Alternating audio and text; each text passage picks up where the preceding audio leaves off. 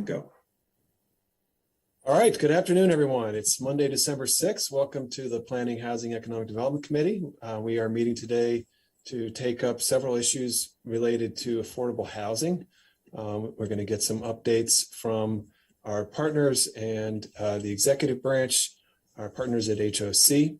And then we're going to do a discussion item, get a briefing on code enforcement and inspections. So really excited for this presentation we're about to get. I want to thank my colleagues on the committee, my co-lead sponsor, Councilmember Jawando, Councilmember Friedson, excuse me.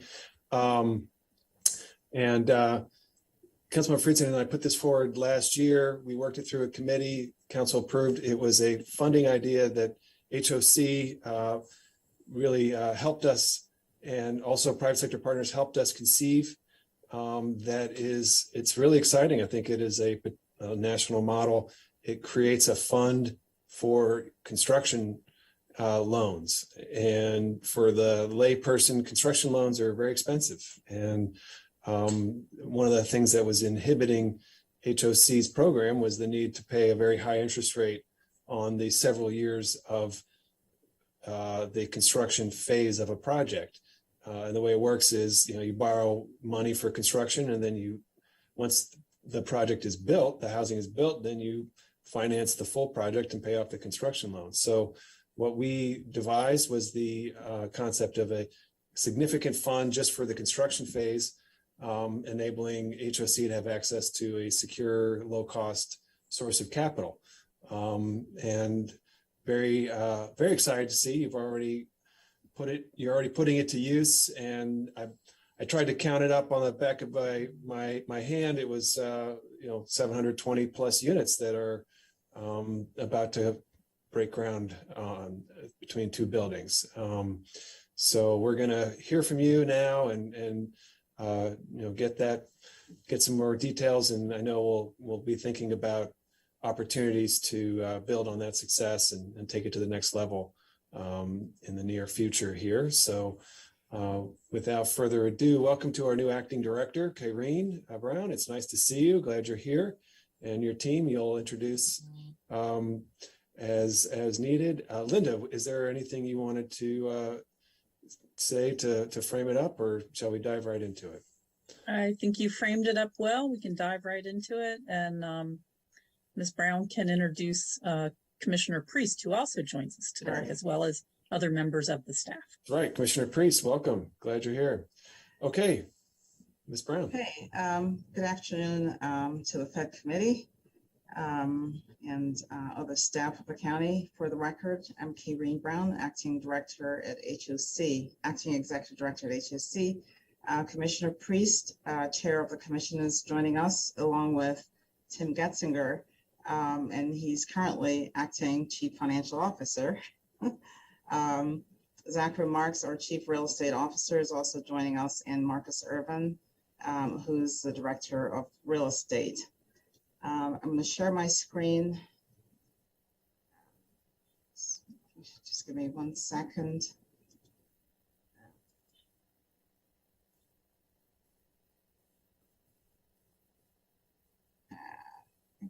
Got this. Just 1 quick second. All right.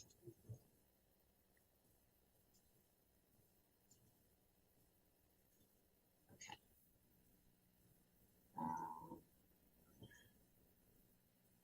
That's right. Does it help with this? That's right. Yeah. Can everybody see my screen? Yes. All right, great. Yes. You might want to if you can, make this slide a full slide so you don't see the next slide. I don't know. Are you seeing the big slide or the small one? We're seeing both. We see two slides. You see the current slide and the next slide. There you go. Is that right? You're seeing it? I don't know if there's like presentation. I think if you go up here to slideshow at the top, you'll start the show. Sorry, I wouldn't want to have to do this myself. I wouldn't. Slideshow. You had it there, but I think you stopped sharing. Yeah, you have to share the screen. Okay, again, okay, it's give me 1 second. This one. Share. And then go to, you see Go it up to now? yeah, and then go from beginning all the way over to the left. There, Okay. see what happens. No? You, Kieran, just escape out of that real quick. Yep. And then at the bottom of the screen, Yeah, the window. don't click that one, click the one to the left. There you go. Yep. Okay, perfect. All right. Okay, so That's great teamwork, everybody. I know. So just to give just a quick overview of HOC's priorities, and even though this is an overview of the Housing Production Fund with focus on new affordable housing, new affordable housing, wanted to put in perspective HOC's priorities of expanding affordable rental housing in the county.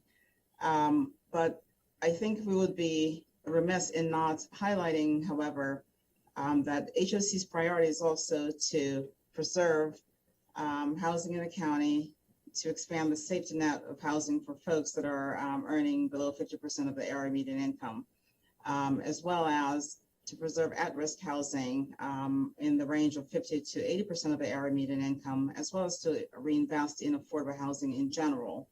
And also to work with our affordable housing partners, primarily the nonprofits throughout the county, as they too work to preserve and expand affordable housing throughout the county. What's important to HOC is the predictability of meeting the housing needs. What I'm showing you here on the slide is a number of tools that have been available to HOC throughout the years. Many of these are legacy tools as we view them, including density bonuses, MPD fee exemptions, pilots, and the Housing Initiative Fund.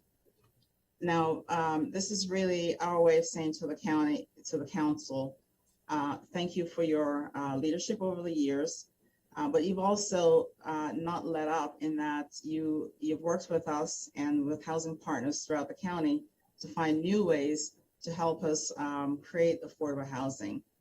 And while many jurisdictions have found ways to add cash to their housing trust funds, you also have done that. But when developers such as HOC, when we're putting our transactions together to create affordable housing, yes, it's important to have cold hard cash to put into our deals, but it is also important to understand what fees are going to be waived by the county, so that we know or we can predict how we're going to create the housing by when certain fees are to be waived, when pilots are given, and we know for sure that the housing can actually be developed even when the cash isn't available to be put into the deal. And so thank you again for your continued leadership and for finding ways to help create affordable housing beyond the actual cash that is available to put into transactions. And so again, one of the important new tools that you've created is through the Housing Production Fund, when, as you pointed out, in March of this year, after about a year of working with HOC, through the PHED committee, through the county council, you've approved the Housing Production Fund. It's innovative and it's gaining a lot of attention throughout the country, but it's an efficient way of investing a small portion of the county's fund that we've been able to leverage into creating a larger pool of funding for creating new housing production that we're able to revolve over a number of years.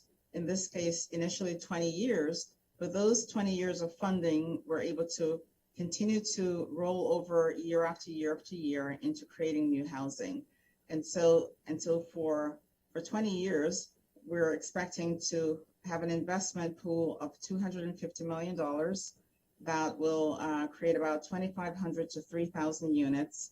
And as I said, will revolve every 4 to 5 years, ensuring that the housing can continue to be produced for a number of years. So a very useful tool, low cost of funds, highly efficient, and self-sufficient. So, without the Housing Production Fund, we're looking to the marketplace to generate higher cost of capital, and we'll show you in just a few minutes transactions that would have benefited highly from this fund had it been available at the time that those units were produced. On this slide, the Lindley, which closed in 2016,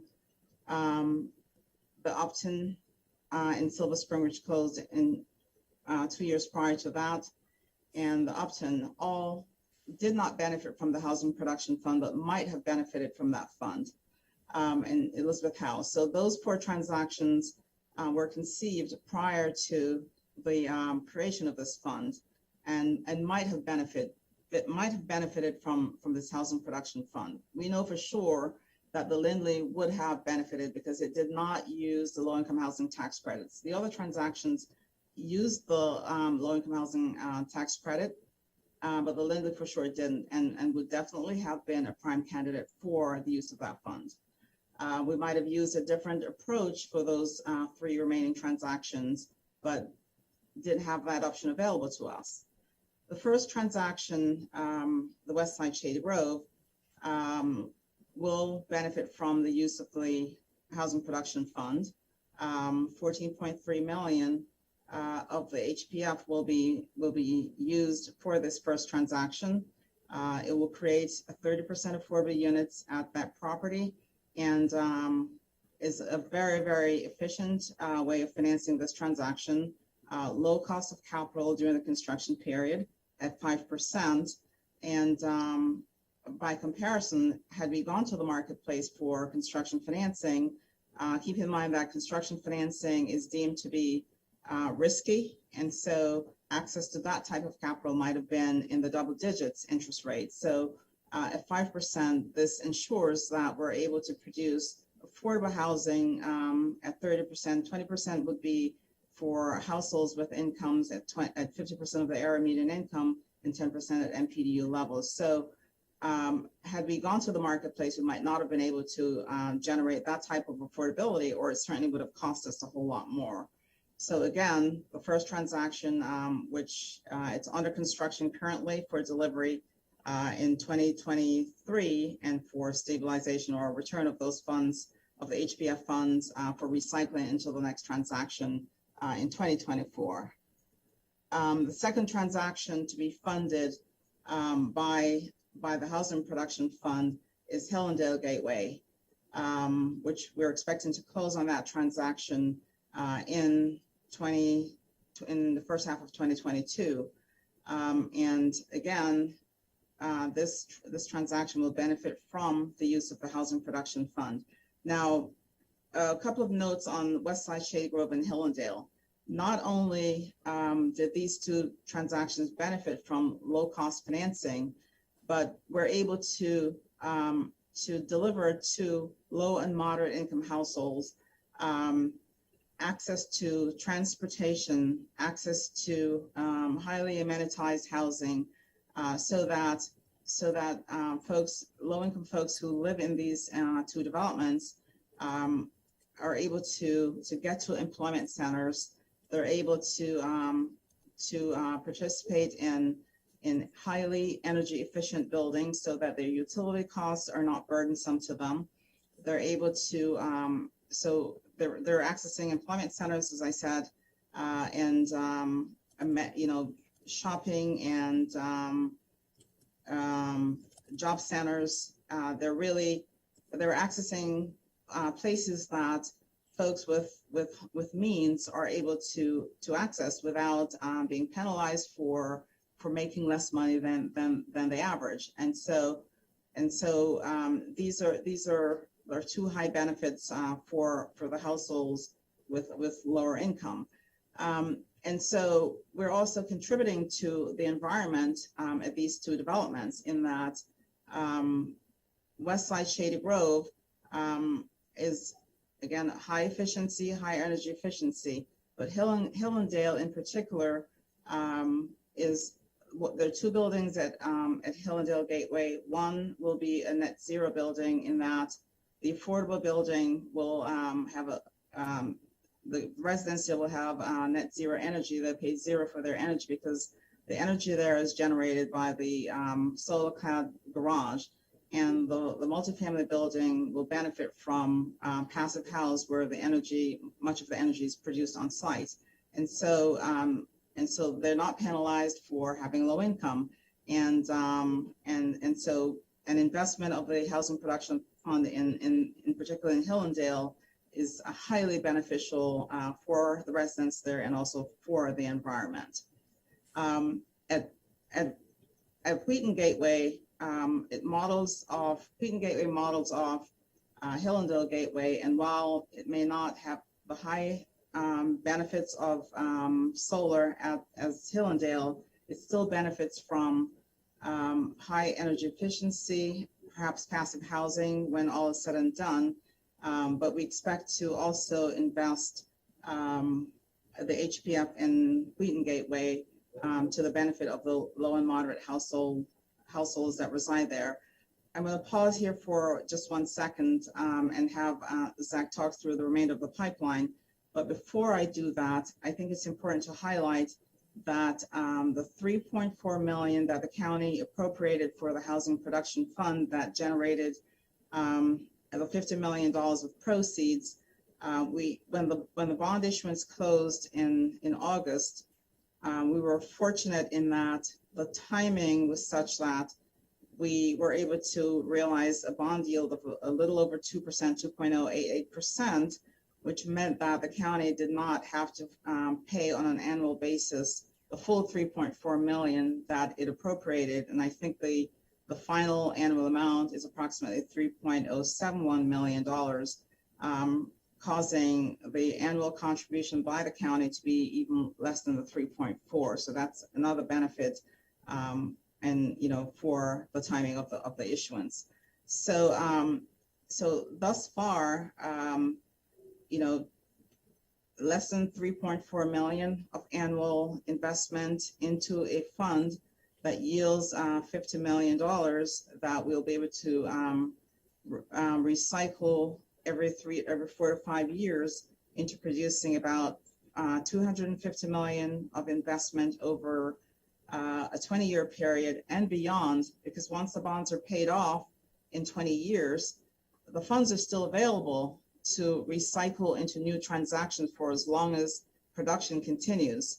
HOC as the housing authority, as the housing finance agency, as a risk share, FHA risk share insurer is able to provide the takeout funding for the loans as they're made, and at the time that the transactions convert into the permanent phase. And so there's a predictable source for the permanent financing, and that's what makes this fund make sense for the county and allows us to be able to continue to produce housing and affordable housing in the long run. So I'm going to pause here and have Zach talk through the rest of the pipeline, because it's important for the pipeline to continue to be fed, because again, this is a production fund, and it was billed as such when the council approved it, and the commission and staff continues to discuss transactions and approve safe, meaningful transactions that ensures that the fund endures. So Zach, will you give us some highlights, please? And some when you can get into Wheaton Gateway. I touched on it, but I think really didn't get into it as much. So someone you want me to advance the slides? Yeah, we can go to the pipeline slide. So, we wanted to kind of lay out, make it more than a hypothetical discussion. Obviously, when council approved the HPF, there were two things in particular around the use of that fund that HOC represented. One was that we could use that funding right away. And with Westside Shady Grove, we're demonstrating that, in fact, we were able to put that funding to work right away. And the balance, as you can see here, the balance of the first revolution of the fund is likely to be consumed by Hillandale Gateway. And so again, demonstrating that, we came to council with a request, council delivered. And so we wanted to reciprocate that by doing what we said we could do. But one of the other things this pipeline we think demonstrates is that we also said that that there's already a large existing pipeline that HOC has, and that this HPF funding is also finding that, so that we wanted to also show that not just the first fund, but we have what you see here are these are all transactions, developments that are in front of the commission. The commission has taken substantial action on. Obviously, as these projects move forward, the commission continues to have other approvals that they will make. But these are all transactions that have been in front of the commission, in which the commission has seen concepts for redevelopment, and in some cases, a lot more. But these are just the developments that fit that particular framework. These are the ones the commission has taken substantial action on. And as you can see, we've applied the HPF to that pipeline in such a way that we're showing you, in this case, through FY28, the third revolution of the HPF. In reality, we could, with making a few assumptions, there's enough in HOC's portfolio that we could probably show you a prospective use of all of the funds for the entire 20 years. That's how important this fund is, how important the revolutions of this fund is, but also, where just within HOC's portfolio, there are, we've been taking great efforts to reposition the portfolio so that when assets can serve low and moderate income families better, we can do so. Another thing to note here is that the HPF, utilization of the HPF means not utilizing the HIF. And you can see these are large projects that have serious capital needs. And there is simply that approximately $3 million annual appropriation before netting out any repayment from project loans. So it's one of the things we wanted to do is make sure we were growing the pie with this fund, and not creating a zero-sum game. You can also start to see some of the good problems, what I'll call good problems to have, which are that, this first 50 million really revolves about every 4 years, because you're building buildings and then you're stabilizing, aka leasing up buildings. So while those funds are invested, there's about 3 or 4 years where the HPF is simply fully utilized. Again, file that under good problems to have. But you can see in FY26 as an example, we show, what we're calling a gap where HOC has already utilized, shows this fund utilized, and we start to have timing gaps around where projects could be ready to go. But the HPF, because it's kind of on a 4-year rotation, is spoken for. There are some creative things we can do, much as DHCA and HOC did on West Side at Shady Grove, where we actually used HIF for about 10 months to bridge until the HPF itself was set up. So there are some things we can do there, but one thing to note here is that there is that sort of timing gap. I'm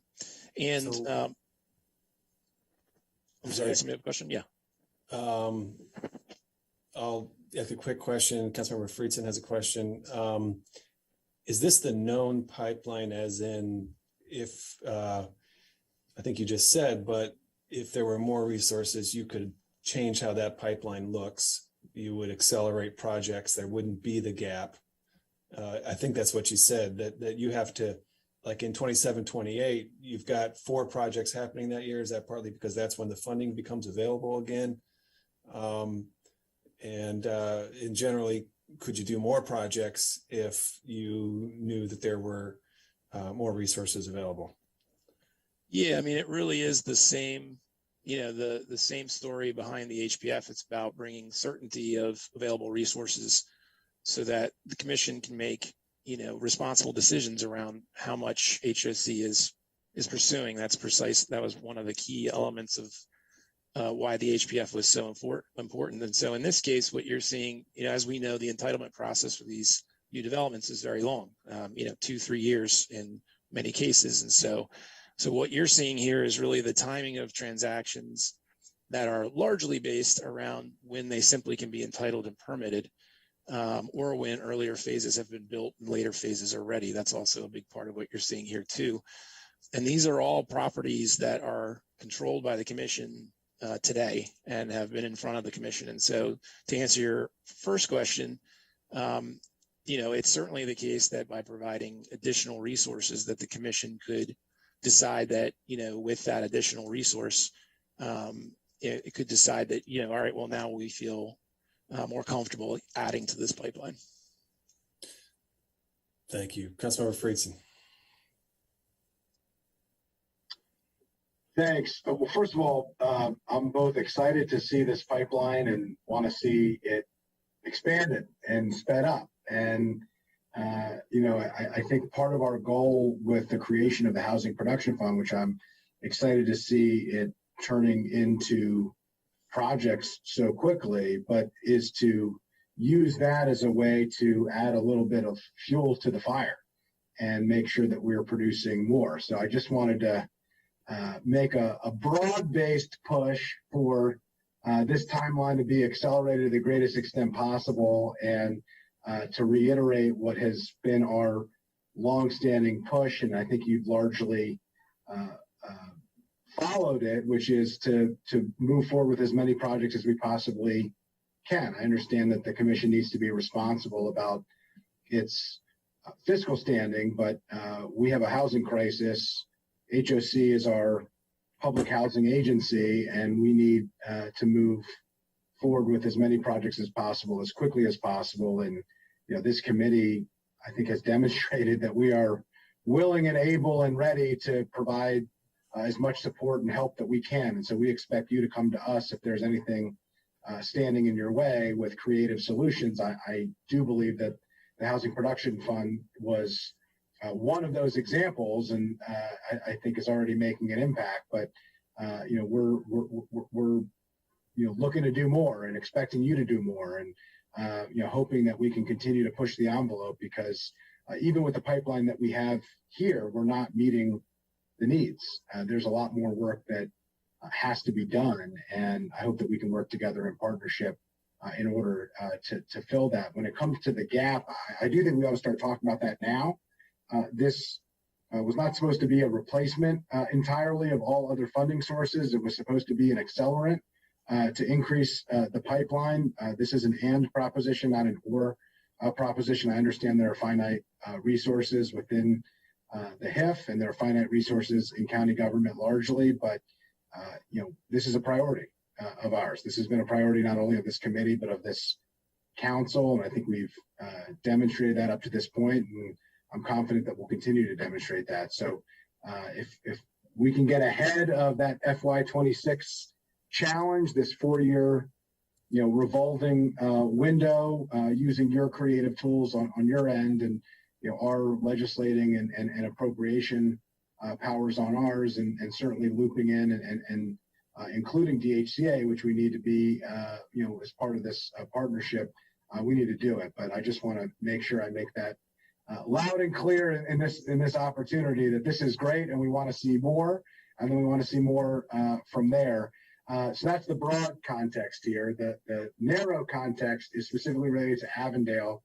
It's listed as FY28 here, which seems really, really far off. This is affordable housing expansion in one of the most expensive areas of the county where it's perhaps needed the most.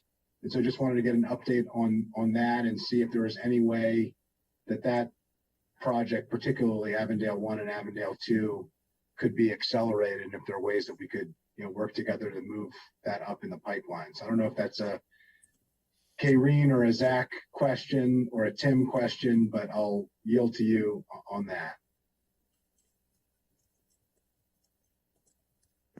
I think we'd want to take that back to our board and have an internal discussion and get back to you on that one, if that's all right. Yeah, no, that would be fine. If you could get back to us on that, I just think it's extremely important. And as Bethesda gets built out, specifically, there are some constraints in terms of density and other issues that waiting till FY28 on that could have implications on the ability to deliver affordable housing in an area where it's significantly needed. So I'd appreciate if you could come back on that, but totally understand if you're not ready to answer it today. Yeah, let us do that and get back to you in near term. Sounds good. Well, I appreciate that and appreciate your work there. When it relates to the bond issuance, fantastic news, by the way. The fact that given the timing here, I don't know if it's a matter of skill or luck or quite a bit of both, and I'm going to go with the latter. But saving $330,000 in annual costs is a massive amount of savings, $329,000 approximately. Just wanted to get a sense, perhaps, first of all, kudos to you on that, and kudos to the market on that. I'm not sure what the, broad economic and fiscal policy consequences are going to be on the interest rates as we move forward, but for now, we'll take it. But Linda, that savings, is that savings that goes back into the HIF or that goes into the general fund based on the way that the appropriation was structured? Could you just remind me? This $3.4 million for this year was appropriated to the HIF, so that would stay in the HIF. And in the fiscal plan for the HIF, it does show the $3.4 million. Could the council, I think it would depend on what the council wanted to do. Right now, 3.4 shows in the HIF fiscal plan. Yeah, that's what I thought. I just think it would be important that we keep it in the HIF. So, that was a commitment that we made to affordable housing, and so we should expand affordable housing. And so I just wanted to put a flag and a pin on that as we take up the budget and we look at this moving forward. I'm agnostic to how we use it within the HIF on affordable housing production. I think we can think through that as we move forward, but that's $329,000 that we're benefiting from, and it should be reinvested in affordable housing, in the county moving forward. So if we could, bring that back as a, discussion point as we approve the budget, look at the HIF. I just wanted to make sure that that was noted and flagged. Great. Right.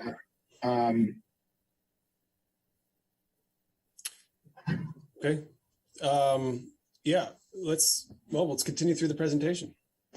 Hey, Zach, I don't want to step over your presentation, but I did want to make one quick note.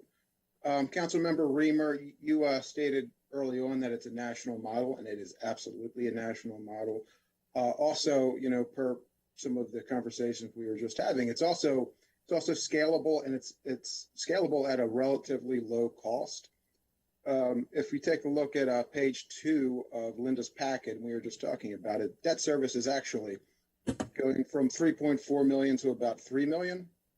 But what I want to point out as well is that when we make these loans to the properties, and we're going to be making the loan to the West Side Shady Grove, we tack on a 5% interest rate. And all of that interest, that goes back to the county. So I'm not 1,000,000% sure that my math is right. I think it is. But on a $50 million, once we have all of the money obligated, the $50 million, we're charging 5%. That's actually 2.5 million more about. That's going to go back to the county. So when we take a look at the actual cost, and I'm not sure where the interest rate is going, if it's going to the finance department, DHCA, to the HIF, but when you take that 2.5 into consideration, the annual cost for this $50 million worth of bonds is actually about $500,000. Oh, it's and that's- 2.5 million a year. Yep. Didn't we reappropriate that? Didn't we say that that would go back into the production fund? I thought we had said that that would go back into the production fund.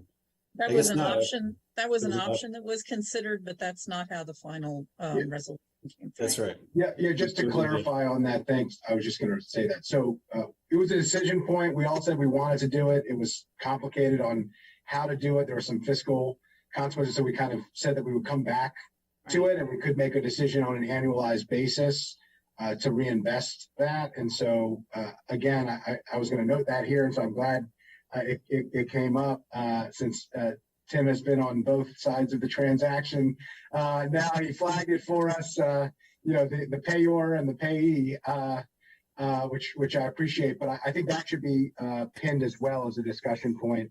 Now that this fund is set up, that was a major issue that we had discussed, that there was definitely an interest, I believe, of all three committee members on that, and perhaps beyond on the joint committee as well.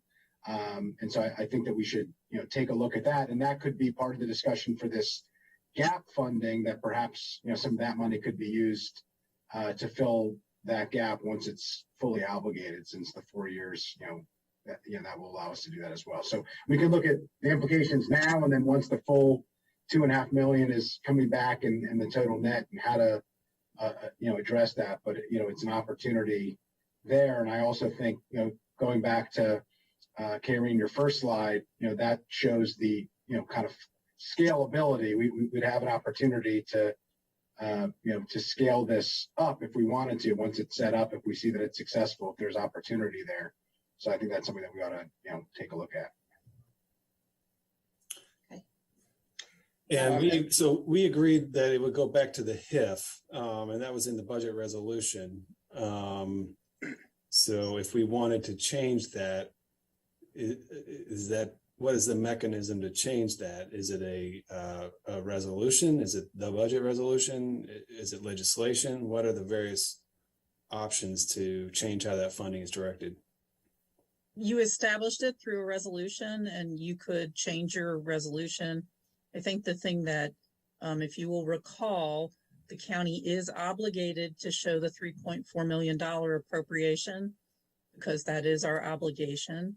The expectation, of course, is that as the fund is fully used, which, you're seeing a great progress report here about the fund being fully used, then you would get in that estimated amount of interest.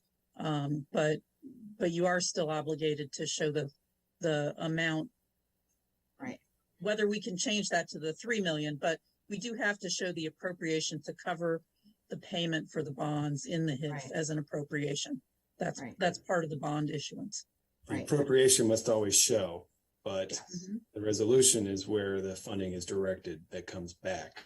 It would be a difference. So right now, the fiscal plan clearly shows that the county is meeting its obligation through the appropriation. And then it also shows in the future years, the interest coming back in.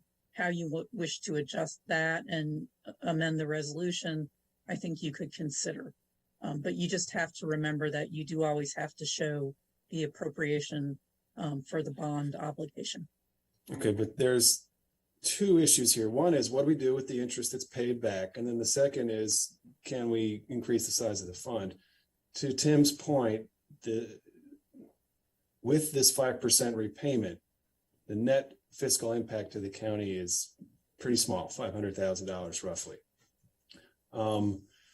We could also look at that and say, well, let's keep that in mind, and that's a pretty good case that we can afford an increase, and we could continue to repay the funds, knowing that we could do another $50 million tranche, because the actual impact to the county is modest. So I think we would kind of want to think about prioritization of adding more funds versus redirecting how the interest is repaid, because they have separate fiscal impacts, and repaying the interest has a greater fiscal impact than creating more funding, I guess, fundamentally.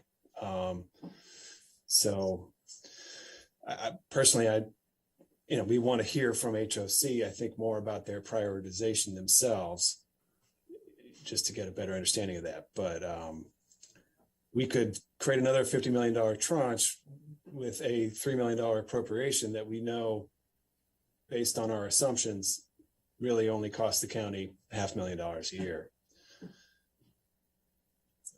So we'll continue. Councilman Friesen, do you want to add anything? You look like you might want to. Yeah, no, I was just going to also say, there's also, there's the resolution, which is ongoing commitments, and there's also the appropriation authority. Some of this is ongoing and some of this is an annual question. And so I think that we should have further discussion on this and determine, now that we know how the fund is operating, I think it provides an opportunity to do it. And I would think that during the budget is the appropriate time for this, but we may want to get out ahead of it before the budget so we understand the implications and are ready during the budget to actually operationalize the decision. So I think it requires some more offline conversation between HOC and council staff, but I do think there's definitely a pin in this conversation that we need to come back to. Absolutely. Good, clarifying. Let's continue. Zach, was there more on this for you? I'm all set. It's back to you. All right. And so, as I said, we, as HOC, we take a balanced approach, or we'd like to take a balanced approach to affordable housing, and so preservation is equally important to us. We've focused over the last 10 years or so as well on preservation opportunities, in particular where there are naturally occurring affordable housing, and where there are opportunities to preserve, and in particular in the future redevelop and expand the affordable housing. And so over the years we've acquired some older multifamily housing, and plan to continue to do so, in particular where there are opportunities for off-market look at developments, and where they're at risk of displacement of existing residents, in particular inside the Beltway developments. Bradley Crossing comes to mind. It's one of our most recent acquisitions in Bethesda. And there's some statistics here about our view of the county multifamily developments, 97,600 according to our statistics we've received from DHCA. And there's about 25,000 that are naturally occurring, and only about 18,000 with deed restriction. And so we're always going to be on the hunt for those developments that we can preserve, and insert ourselves and place restrictions on those developments, so that we are creating 50% of AMI units, 60% of AMI units where we can, before they even show up as right of first refusal developments. Obviously, as ROFR developments, we're going to be looking at them closely and ensuring that we can create affordable units there. We know of at least two that are possibilities right now. We have the tools in our toolkits that we can use to create those opportunities, and we intend to use them with help from our friends at DHCA and at the county. And so that sort of ends our discussion with you today, but know that we're going to be looking at production and preservation alongside each other, because, as I said, they're equally important. And we're also going to be working with our nonprofit partners to ensure that where we can help them, or where HOC cannot hold all of these preservation units, we're going to be looking to them to take some of those units and ensure that preservation exists. So with that, again, thanks for your time, your consideration, and we look forward to continuing this dialogue and doing our part in preservation as well. Well, thank you, Karine, and appreciate your great work as acting director. Glad to see you in that position, and thank you.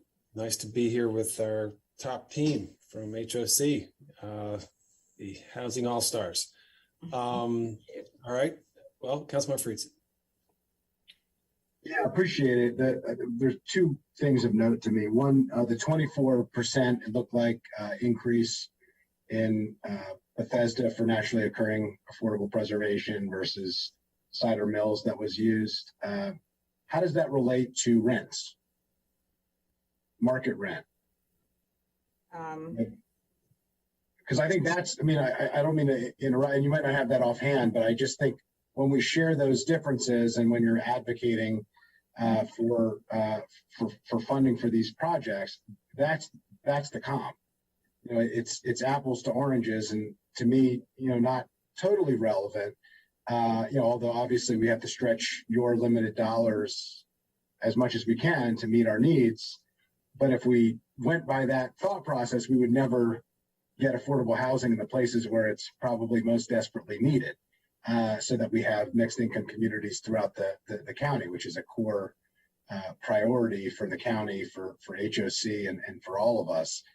So I just wanted to note that and make sure, if you look at the slide and you see that that difference, that cost, and I think you were reflecting it to show, hey, we know everybody wants this, but there's a cost associated with it, and we need to have the funding in order to make it happen, which I agree with. But I just think that it would be helpful if we showed it vis-a-vis the difference in rent, because I've got to imagine if you were going to build a new unit in Bethesda versus building a new unit in another part of the county, there's at least that type of gap, if not more, because of the difference in the property value.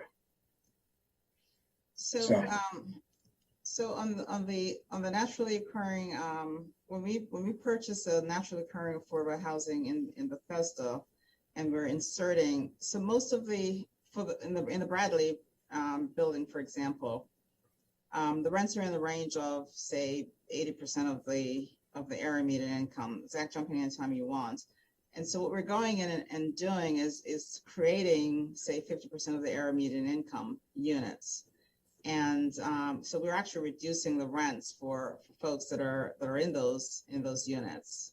Could I suggest you're probably also changing who is in those units over time? We are changing who's in those units, because a lot of the folks that are in those units their incomes are probably much higher. They're paying, you know, a lower rent, 80% of AMI, and their incomes are much higher. Right. So we're changing who and you know, and how much they're making, and in some instances we're actually reducing the rents for the folks that are living in the unit. So we're getting bigger bang for a buck, in my opinion. Yeah. It's the opposite version of displacement, by the way. You know, Placement. It's yeah, exactly. Right. So I think the investment is well worth it. We're building a unit in Bethesda. It's probably costing a whole lot more. So when we say this is where, or it's important to invest here, it truly is important to invest here, because we're able to keep folks or move folks into, you know, their job centers, better schools, and socially integrated community. And quite frankly, it is what we should do where we can. Absolutely. This could be one of the most important projects in your entire portfolio in a lot of ways. I think so. Yeah, and just I mean, it's really that is really the difference in that, you know, it's really implicit in the land values that, you know, the difference between Cider Mill and Bradley Crossing is really really in the cost of the land, which is implicit in that is what it could be if what the rents really could be on either frankly no reinvestment, because as Karen mentioned, the folks living there could easily afford more than they're paying most times. So yeah, that's I think it's just a key point, and I know these questions get raised, and I know there are issues, you know, related to DHCA's decision of what to fund and what not to fund, and your decisions on how to fund priorities. But these naturally occurring affordable housing, without restrictions on them, are not necessarily serving the people we think they will, and unless and until they move into an agreement, and probably the greatest opportunity there is moving into permanent HOC ownership.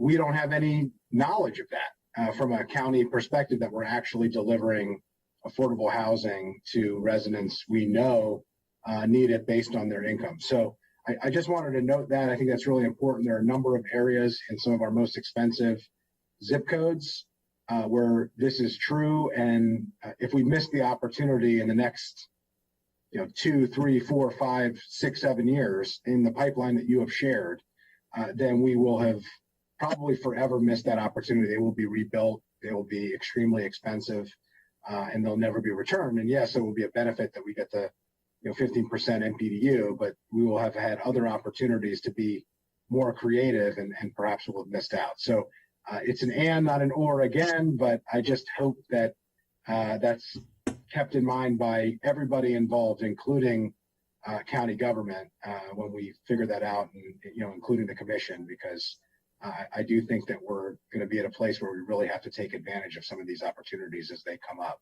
and they may be a once in a generation opportunity. Welcome, Councilmember Chwanda. You're up. Thank you. Yeah, I've been here, but I appreciate that. Good to see everybody. Great presentation. I do have just a process note. I had this going until 3 o'clock, and it seems like there's 3 other items. So I don't know. Are we going to like 5 o'clock? I don't know if they're really short or just to the chair. I think this is a question. Well, yeah, I wouldn't have ever said it could go till it would end at 3 with the agenda of the items that we have. We did start 15 minutes late. Okay. I mean, we can hard stop at 4. Yeah, I just wanted to, okay. Yeah, I mean, even if it's 4, it's just, this is all great. I just don't know if everyone else has a presentation like this, or, and how long that's going to take. So. Yeah, we may struggle to get to the code enforcement item today because we have 2 more housing items, housing finance items today. Okay. So just, I'm happy to hard stop at 4. I don't know that we'd want to go much past that anyway. So. Okay, great. And then just to the HOC team and Ms. Brown, good to see you and everybody, and really pleased with the the progress in the presentation. To just following up on the conversation we were having, obviously naturally occurring affordable housing means different things in different parts of the county, obviously, right? So we were just talking about it in the context of some of the more expensive areas. I mean, but is the trend you're describing of regulating units, and then are you seeing that everywhere? Or is that just more in line with when you have these communities where it's more expensive? But Makes sense. I think it's everywhere, because I'm thinking Cider Mill as well, because what we saw there were folks that were rent burdened there as well. Right. And we were able to go in, and with significant help from the county, from DHCA, there were folks that by restricting the units there were able to adjust with their utility adjustment, reduce their rent and their overall rent burden. So, I think it's really everywhere where we can, because we run the risk, and we have this discussion with DHCA all the time, because there are investors coming in from out of town, and they're Sure. paying a low cap rate on an existing older development, and the rents, before you know it, they have to pay for their investment, and the rents ratchet up really, really fast. And so it's important for us, working with DHCA and all the nonprofits, to go in and restrict units so that low and moderate income folks are able to afford to remain there if they choose to. So yes, it's throughout the county, it's everywhere. Yeah. And so our focus, is throughout. Yeah. And it has different benefits, right? Mm-hmm. The one you described is different from the other, but Yep. that's my point. It's important to. Absolutely. And I certainly want you acquiring property, outside of someone that, like you said, which we've seen unfortunately happen, where older properties are acquired and the rents go up dramatically. Yep. So that's why I think we're all in favor of the production, but this is an important part of the strategy as well. Could you give an update on what's going on with the Halpine View? I know that's not but the property you have right there, isn't that Willow Manor? What's the name of that property? No, it's something else. Yeah, it's Parkway Woods. Parkway Parkway Woods, Wood. yes. Yeah, what's going on with that? Isn't that in need of redevelopment No, in the next 10? It's not in the pipeline. I swear when we had the conversation that it was. no. Parkway Woods is part of our RAD conversion, and it was renovated. It was substantially renovated 5 years ago, Zach. Okay, so Not that's slated for redevelopment. okay. So that's in a good place. It's Yes. not okay. Got it. And are you all involved in those conversations about what's happening with your neighbors? Not the development team directly. Are there concerns? You should let us know. I'm not aware of concerns. Okay, no, I'm just Our- asking yeah. because your neighbor. I didn't know Yeah. if you all were involved in those conversations. I know we had at the time had hoped that there's various opportunities happening there, but okay, I can follow up with you offline. Yes, please about do. that. Yes. But generally happy with this and look forward to getting the information back that you had said you provide. Councilmember Friedson asked about, but I think this is all good news. So thank you. Thank you. Back to you, Mr. Chairman. All right. Does that conclude the presentation? Yes. All right. So it's December 6th. I think we ought to do some work over the holiday window to identify some next steps and options and be ready to come back in January to consider some actions. So Linda, if you could please take a look at the calendar and talk to Ken, and we'll find a time for PHED in January to take this up again and look at some next steps here. All right. Any other comments here? Otherwise, we'll move on to the next item. Thank you. Exciting work. Great work, HOC. Nice to see. Thank you. Good to see everyone. You're making it happen, as we know you would. Okay. And Linda. Mr. Getzinger, I like the addition on the face there. Well, I'm just trying to copy you. Imitation is, the most sincere. Most sincere form of flattery. There you go. You got it right. It took me a little while. Yeah. All right. So our next item is Next is an update from DHCA on the Affordable Housing Opportunity Fund. Great. And so I will turn it over to them to give you an update on where they are with the process of picking a partner and when they expect to be able to do transactions. okay. Good afternoon, everyone. Good afternoon. Good afternoon. Asim Nigam, Director, DHCA. So just quickly on the Opportunity Fund, based on what we have provided within the memo, based on our procurement rules, so we are going through the RFP process as we speak, and we hope to enter into the negotiations process soon. And still our expectation is that the fund will be operating, around March of 2022. So thanks to the council for appropriating $14 million from FY21 and 22. So we are working ahead. So besides this, we won't be able to say much given the county's procurement process.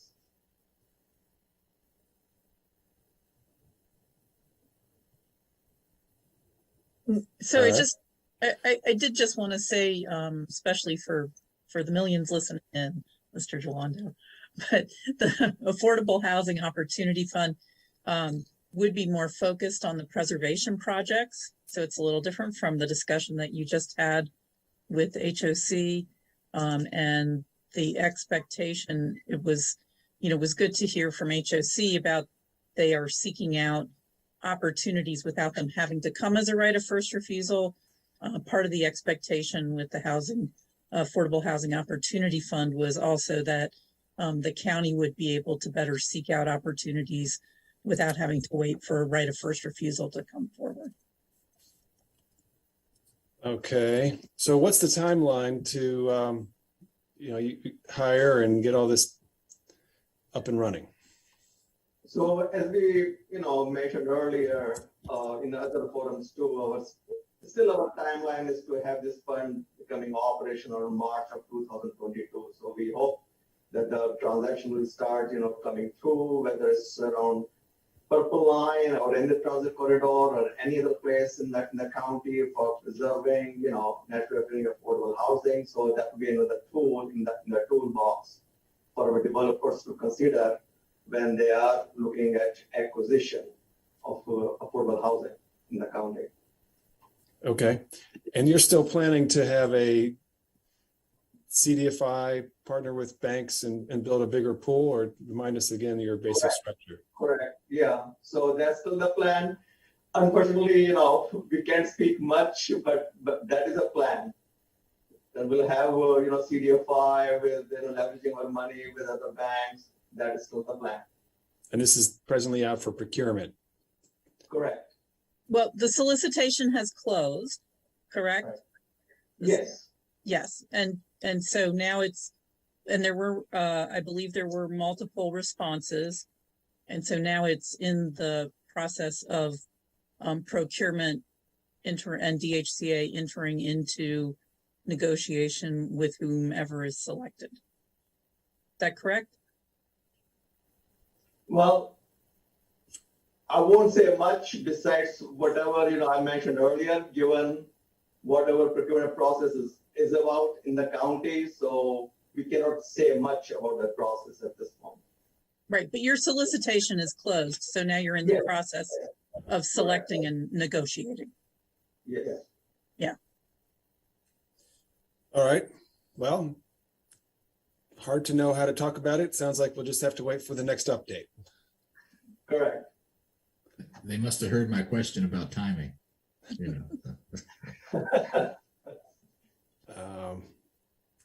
Anyone got a clever way of asking a question that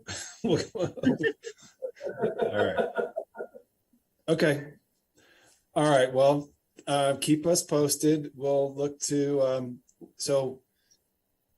we're planning to come back in January to talk about the Housing Production Fund, and we can return to this at that time as well. I will remind everyone that we had quite a discussion as to whether the appropriation was needed in this current fiscal year. And I raised a lot of questions as to whether it could be used in this current fiscal year. So we're certainly looking for you guys to be able to get it off the ground. All right. Thank you for your support. And I thank the committee for supporting us. All right. And he said by March. So yeah, I think hopefully we'll hear something before that. So exactly. Hopefully by January, you're able to share some, it'll be everything can be public. Okay, let's go to the HIF. All right, so I can start and have Frank over here if you have any questions about any of the projects. So for the folks who are listening to us this afternoon, from HIF, we provide financing for preservation and creation of affordable housing. And so in HIF, we have monies coming in from CIP, operating. There's some federal funds too, repayments as well. So at the start of fiscal year 22, we had about $74 million available through different sources. And we have 13 transactions in the pipeline currently, which are supposed to close in FY22, preserving about 900 some units, preserving or creating. And then we have two other transactions where we are going to provide $500 of home money to preserve or create affordable housing. So that will have another 76 some units. So altogether, this fiscal year, we expect to preserve or create about 1,000 affordable units. Now, last year, or in FY22, we got lucky. We got 2 of our transactions funded out of the 9% pool. As we have spoken to you before, and Council Member Peterson is fully aware of it. In the last 5 years, we were lucky if we got 1 transaction funded out of 9% pool, but this year we got 2 transactions funded. So that was a success story for us. So we, along with the developers, we put a good application together and we got lucky. That being said, Councilor Peterson, I want you to know that we have not forgotten about creating a separate pool of 9% just for Montgomery County developers. We have been pushing Maryland DSTD. We sent our comments again, this year. So hopefully at some point we hope to get lucky and in creation of a 9% pool just for affordable housing developers in Montgomery County, being the high cost area in the state of Maryland and also in this general area as such. So we always give the example of Virginia where they set up a pool for Northern Virginia. So we want to do the similar thing for Montgomery County developers. All this said, we are also teaming up with the Prince George's County, with the Purple Line Coalition folks and with some other stakeholders to push the state if we can create through incentivizing scoring points on the QAP so that our transactions on the Purple Line are more competitive on the 9% round. So we had the call with them today. I don't think anyone from the state is listening to this conversation, but we'll be sending our support letters for the creation of not a pool, but to incentivize scoring points in the QAP so that our transactions on the Purple Line are more competitive than they are right now. As we all know, there are about 6,500 units net occurring affordable housing in Montgomery County side of the Purple Line. There are 11,000 NOAA units along Prince George's County of the Purple Line, and Montgomery County, Prince George's County, and the state. We all want Purple Line to be a successful venture. So we're going to make that push, and we know that the state doesn't do major updates to the QAP. They look at those major updates every 2 years. This year, they may not want to do major updates, but we are going to make the case that by tweaking the scoring criteria, we can have a major impact in terms of racial equity, in terms of gentrification along the Purple Line. So we hope that with everyone's support, we can be successful in getting extra points to our developers for the 9% transactions. So we'll keep on working on that, and hopefully the new QAP will be out sometime in the spring of next year.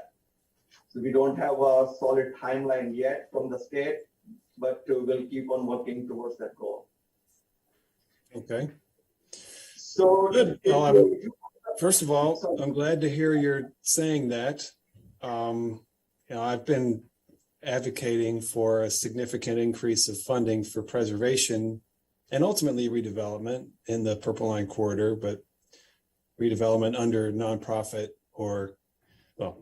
ownership. So it's good to hear that you're pushing for that opportunity because it's a big one and it's very, very timely. And thanks for mentioning the Purple Line Corridor Coalition. As you said, we've got to gain control over 6,500 units, and that requires some aggressive financing strategies and smart partnerships to make it happen. So glad you're working on that. Sure. And, as we hope that we'll become successful with everyone's, all of the partner support. And once we have an update, we can always update the committee. Okay. Linda, you prepared a packet. There's some points that you wanted to walk through, or? So I think they've covered most of it in the pipeline for the HIF. This really was just to give you an update on where we were, because I know the committee's been concerned about adequate funding for the projects that have been coming. to DHCA. It appears right now in that sense that that they're working within the fund. I think that the next issue in the packet, which is the right of first refusal issue. Before we move raises a on to that, different issue. Linda, thank you. So can I ask, is this the first time this fiscal year that there's been a public presentation of the amount of money with the anticipated allocation of that money in a very broad sense and a broad number of projects? Like, this is helpful information, I think, for everyone to understand that we started off the year with some 70+ million. We've got 13 projects now lined up. We expect that will consume 60 or so million.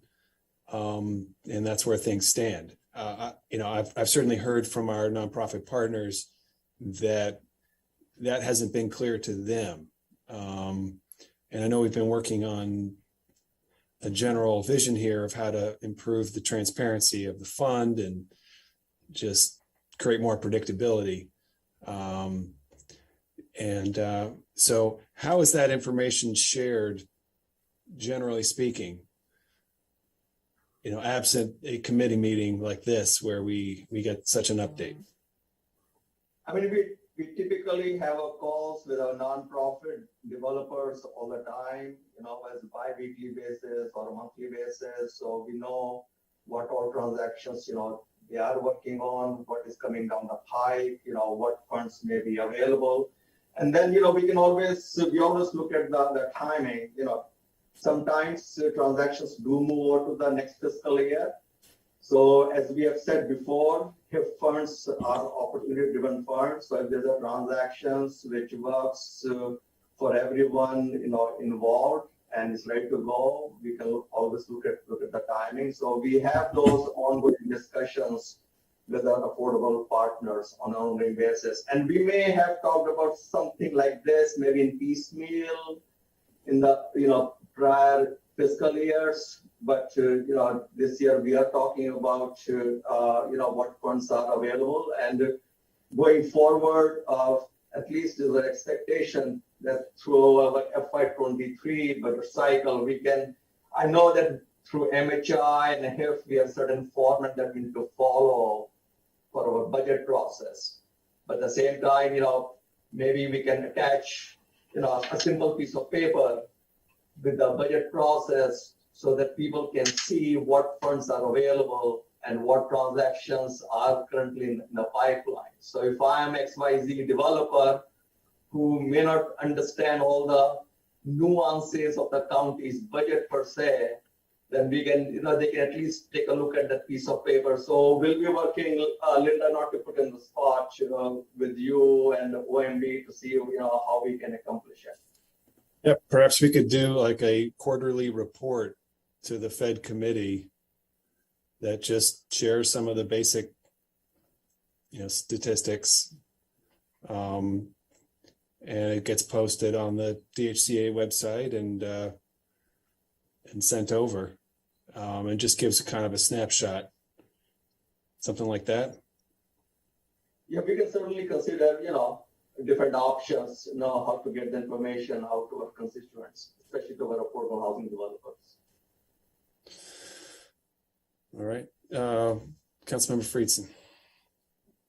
Yeah, well, I'll echo that. I've been talking about the transparency of the HIF and the projects since our first meetings on this. So anything that we can do to make that more transparent and understandable to the public, to stakeholders, I think would be helpful. And frankly, I think would help the county because I think that there's more happening than people realize at times. And sometimes it's hard to see the progress that we're undertaking. So I would just double second that, emphasize that point.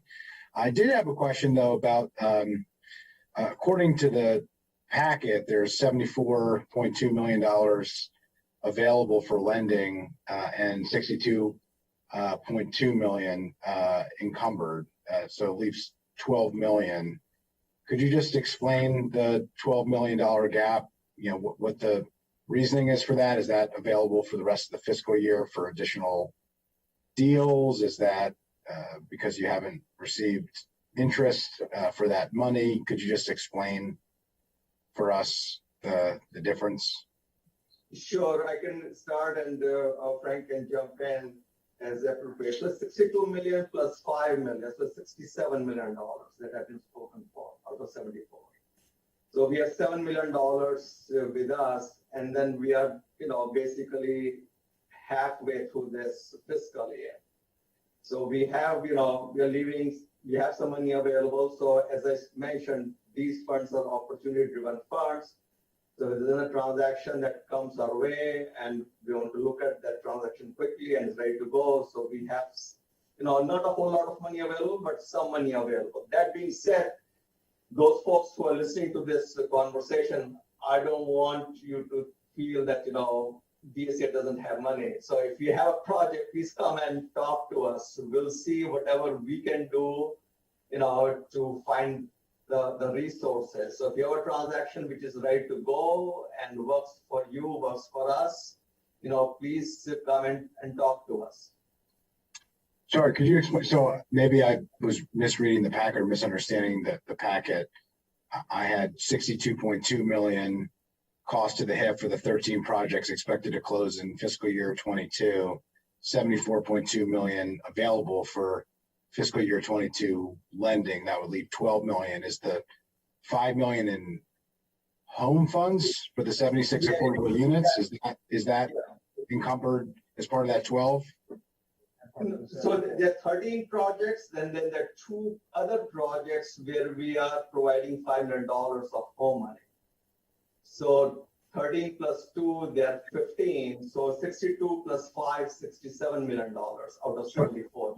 Sorry, so the home funds are in the HIF and are part of the 74.2 million that are available? Yes. So it should be 15 projects at 67.2 million? Yes. It's 15 projects with, $67 million. Yes. So the third paragraph says 13 million is separately which do not have any federal funds, totaling 62.2 million. Then we have 2 other projects where we are investing $5 million of home money. So there are 15 projects with $67.2 million. Okay, is that, Ms. McMillan, Linda, can you just verify that is the same math that you had? I think maybe I misunderstood the way it was presented. That the 5 million in home funds are part of the 74.2 million, so the total cost of the HIF should really be 67.2 million, not 62.2 million. I had read the memo, I think the way that you were saying it, which is the 74.2 was not including the home funds. So I'll have to clarify that with them. Okay, yeah, if you could just clarify that offline, because that's a fairly significant difference. It would be helpful to understand that. So, okay, so whether it's 12 million or 7 million remaining available, what would need to be available if a deal came to you before the end of the calendar year? Let's say you just made an all call to affordable housing developers to come to you with a project. If they took your call and came to you in the next few weeks with a deal, how long would it take for that deal on average to close? Like, when would you need the funds available? Well, it all depends upon the transaction. So if a deal, in your example, came to us, let's say tomorrow, of course, we'll have to underwrite that transaction. We'll have to see how much, money is really needed and what the overall closing would be. So that will be dictated by the overall parameters of that transaction. When they need to acquire that property or, go into construction. So if it's, this fiscal year transaction or / FY23, so that's something which we'll have to sit down with them and talk to them about their transaction. Okay. In other words, I guess the question that I'm trying to ask, I'm not sure, perhaps I didn't ask it as directly as I could have. How likely, whether it's 7 million or 12 million, how likely, if there isn't a deal in the pipeline that you're working on, how likely is it to be encumbered before the end of the calendar year. Excuse me, before the end of the fiscal year, because that, you know, we have these funds are appropriated through the end of the fiscal year. Yes. So if you are asking the question, how likely it will be for us to commit these 7 million of funds, but in the next 6 months, you know, it is likely, it's highly likely that we'll encumber these funds for another transactions because we are just at midway mark in our fiscal year. So we still have to go through another 6 months before this fiscal year closes. And given the need of affordable housing stock in the county, we hope and we expect to commit all of these funds. Yeah. Okay. Well, obviously, we don't want to leave a single dollar on the table when we have an affordable housing and a housing crisis. So if you could just update us when that occurs, in addition to the transparency of posting to the public these things, when deals move forward to the point where the appropriations are likely to be encumbered, it would be helpful if, we were just broadly made aware of the likelihood that the full fund is going to be encumbered before the end of the fiscal year. So appreciate that. And if we could follow up on the discrepancy between the 7 million versus 12 million on those home funds, I think that would just be helpful for our situational awareness. Thank you. And and thank you for noting and working on the 9% tax credits. I would like to see more movement. We need to work together on that with our state partners, and certainly those are potentially game-changing projects, and we desperately need more of them. So I appreciate you noting that. Look forward to working on that. We'll certainly keep at it. So I know it's going to be a long road to travel, and we know that's going to be a complicated process, but we'll keep on pushing from our end. Well, good to see some progress there. It's been a long-standing priority without a lot of results, so it's nice to see maybe something shaking loose. Okay, Linda, let's continue through then. So the next topic that is in the packet for today has to do with right of first refusal. And we did actually have a conversation about this, right before COVID, talking about the kinds of properties that come forward and whether there's more opportunity than perhaps is being able to be acted on. And I think this gets to part of the discussion that you just had about how much is still available, to access quickly within the HIF, which right now, if HOC, so the county and HOC each can exercise a right of first refusal. HOC can do its due diligence and decide to exercise, or the county can exercise. When the county government exercises a right of first refusal, we don't hold multifamily properties, so we always need to have a partner on the other end that will then do a quick turnaround. But the county does have to have the ability up front to make a purchase and a right of first refusal. So when you look at some of the properties, really in the last year, you'll see that Naples Manor was acquired under a right of first refusal by the county, then turned around, but that was a $16 million opportunity. Very unique opportunity, actually, because it's rental townhomes. So it was really, really great that DHCA did work on that. And then they also mentioned a smaller 4-unit apartment that then will go to a nonprofit. But you'll see there in fact is a relatively long list of right of first refusal opportunities that come up in any given year, although acknowledging quite up front that a lot of them will never meet really the criteria of what we're looking for in terms of wanting to preserve affordable housing, being in metro specific areas. But you do have to have those resources in order to be able to access the right of first refusal. So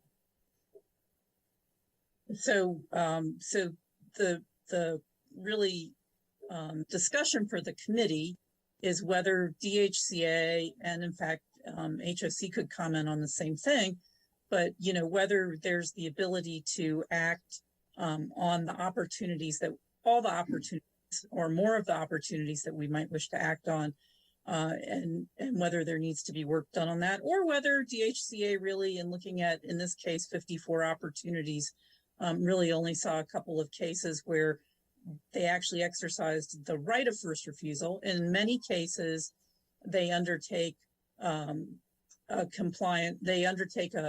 rental agreement with the owner, but that isn't really necessarily the same as the long-term affordability that you get when you exercise a right of first refusal and then end up in a long-term partnership with either HOC or one of our nonprofit partners. So that's kind of the reason to keep this issue in front of the committee, to make sure that we're able to act on the opportunities. Again, the Affordable Housing Opportunity Fund, when it is available to be accessed, would be another means for looking at these kinds of transactions. So would you like to add something, DHCA? So just quickly, so as Linda eloquently mentioned, that, you know, the county can exercise this right, HOC can exercise this right, and then the tenants can exercise their right. But in the counties, it becomes a moot point for the tenants to be successful in putting any financing together for in the next, 60 days to 90 days. Even if you're a seasoned developer, it is a task to put the financing together. And as it's mentioned in our report that was sent to the council around February 1st for the last year's row for activity, we exercise our right in one transaction, Naples Manor. We exercise our right in another transaction. We cannot say much about the transaction in this public forum until that transaction really happens. That being said, when we exercise our right, the county, we have to come up with cash out of here at the closing table. And since we don't hold the property on a balance sheet at the time we have the closing happening, at the same time, simultaneously, we need to transfer the property over to another partner, which means that we need to identify a partner. So HOC, has partnered with DHCA in certain transactions. In other transaction, we partnered with Enterprise in Naples Manor. In other transaction, we'll be partnering with some entity.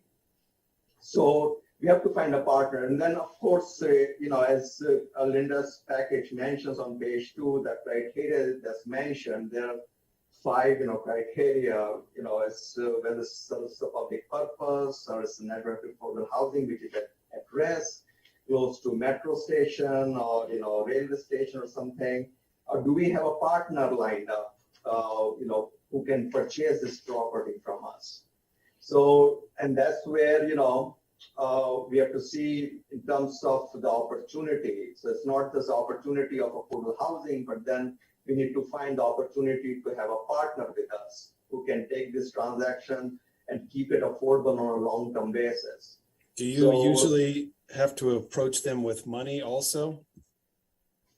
Well, yes. So more often than not, we have to either offer them some kind of a, small subordinate loan, depending upon whom they're really serving. As such, so they're serving someone, some folks at a below 50% of AMI, so we make a subordinate loan, and or we may offer a pilot. So we underwrite the transaction, we look at the timing, when they'll be able to repay the dollars back to us, and what the financing mechanism will look like. So there are several moving parts, but then we look at those moving parts and we come to some kind of a conclusion with our partner. So we try to find an optimal solution to see when those funds will come back to us and how much of funding will remain in the transaction and whom they will be serving. So you've this year and this fiscal year you've purchased one, or you've worked with a partner to purchase one 4-unit property? Yeah, so we are working with the partner as we speak. So hopefully we can make the information public once the closing happens, and we can let the committee know. Okay, have you approached partners who have declined, or have you just not found any buildings that you think are worth trying to acquire? Well, more often than not, the buildings don't fit to the 5 criteria that are mentioned on page 2 of the report. And then, I won't say we have not found a partner per se. If we find an opportunity, probably we can find a partner, and, we have some great nonprofit developers, including for-profit developers. We have HOC, at the same time, the county has to come up with cash out of HEP at the time of closing. That really constrains us. Unlike DC, where the tenants can delegate their right to a developer, here in the county, we have to come up with cash. So if we have a transaction, which is, we are interested in, and this is $50 million, we have to provide $50 million out of HEP at the time of closing. And then we to transfer the property over to a partner. So that's a big hurdle that we have to go through when we look at our ROFR transactions, besides the criteria that needs to meet. All right, little discussion here. Councilmember Jawanda. Thank you. I saw you mention, Director Nagam, that there were, I think I'm just trying to pull it up here, 54 properties that you evaluated this year so far. Is that correct? Calendar year. Yes, calendar year. And is that up, down, in between? What's the normal over time? I mean, are we evaluating more than that, or is that about average? I would say it's about average. On an average, we see anywhere between 45 to 50 or 55 properties. So we would say this is an average year, that we're looking at, 54 properties. So that's around the same number that we typically see, at least for the last couple of years that, I have knowledge about. Got it. Okay. Yeah. And obviously this is we talked about the criteria. This is an important tool in the toolbox to, not lose a property. I think I speak for myself, and I'm sure I think others we wouldn't want to lose something that would have a significant impact or reduce our affordable housing stock or naturally occurring stock if sold, because we don't have the cash on hand. And I'm assuming if you were in that situation, you would come back to us and let us know. Yeah, I mean, if there is an opportunity, which is like a must-have opportunity, and so we'll work with OMB and PHED committee and the council, and with our partners to find the money. Okay. Yeah, I mean, I think that's good to know. And then obviously HOC, I know they may not still be here, but they have the opportunity to. Oh, there we go. All right, the blue screen comes up. You all have right of first refusal as well. Did I miss the part of your presentation where you talked about that, or did you all talk about that? We didn't. It's okay if you didn't. I'm not trying to throw it on you. We mentioned it as part of our preservation strategy. But I'm just trying to get a sense of the scale and scope of how often are you using it, and are there ways? All I'm trying to get to here is, are we using it enough? Is there things we need to modify to make it more useful, other than more money in the HIF, obviously? But and what is there any commentary or insight into the right of first refusal program based on what you've seen and how you've seen it operate over the last several years? So I just want to get a sense of the scale of scope of how many projects you're evaluating, as well as DHCA, and any thoughts you have generally about the program. I did just want to say, because where it was mentioned in the HOC presentation, so Cider Mill was an example where everybody really wanted to make sure that was preserved, and HOC was the entity that had the capacity to take on something that large. That was a very, very large transaction. There was assistance from the county, but HOC needed to take that transaction on. I think with the right of first refusals, and then I'll let Ms. Brown provide you with some comments, but different properties are right for different partners. Right. And so, HOC might look at it and think it's not something they want in their long-term portfolio, whereas the county might find a nonprofit partner for whom it would be what they specialize in. So if you want to comment also. Yeah, and I would just add that there truly is ongoing dialogue between DHCA and HOC. And so the larger acquisitions, HOC tend to look at them very closely. And Zach, please jump in anytime you want. We look at the same, because HOC and DHCA receive the packets at the same time. If DHCA is interested in something for whatever their reasons are, we don't compete for the same thing. It's either DHCA or HOC. And if HOC feels strongly about something, DHCA is not going after it, then we may look at it a little bit more closely. We tend to look at things ahead of time, and if we're pursuing it, we will alert DHCA that this is something HOC is interested in, and then both of us aren't going head to head. But we tend to not go after the smaller assets and things like that. Zach, did you want to add anything to it? Just a couple of quick things, like one, more and more HOC is getting off-market looks. So basically before it gets listed and thus gets under contract and gets ROFR'd. Yeah.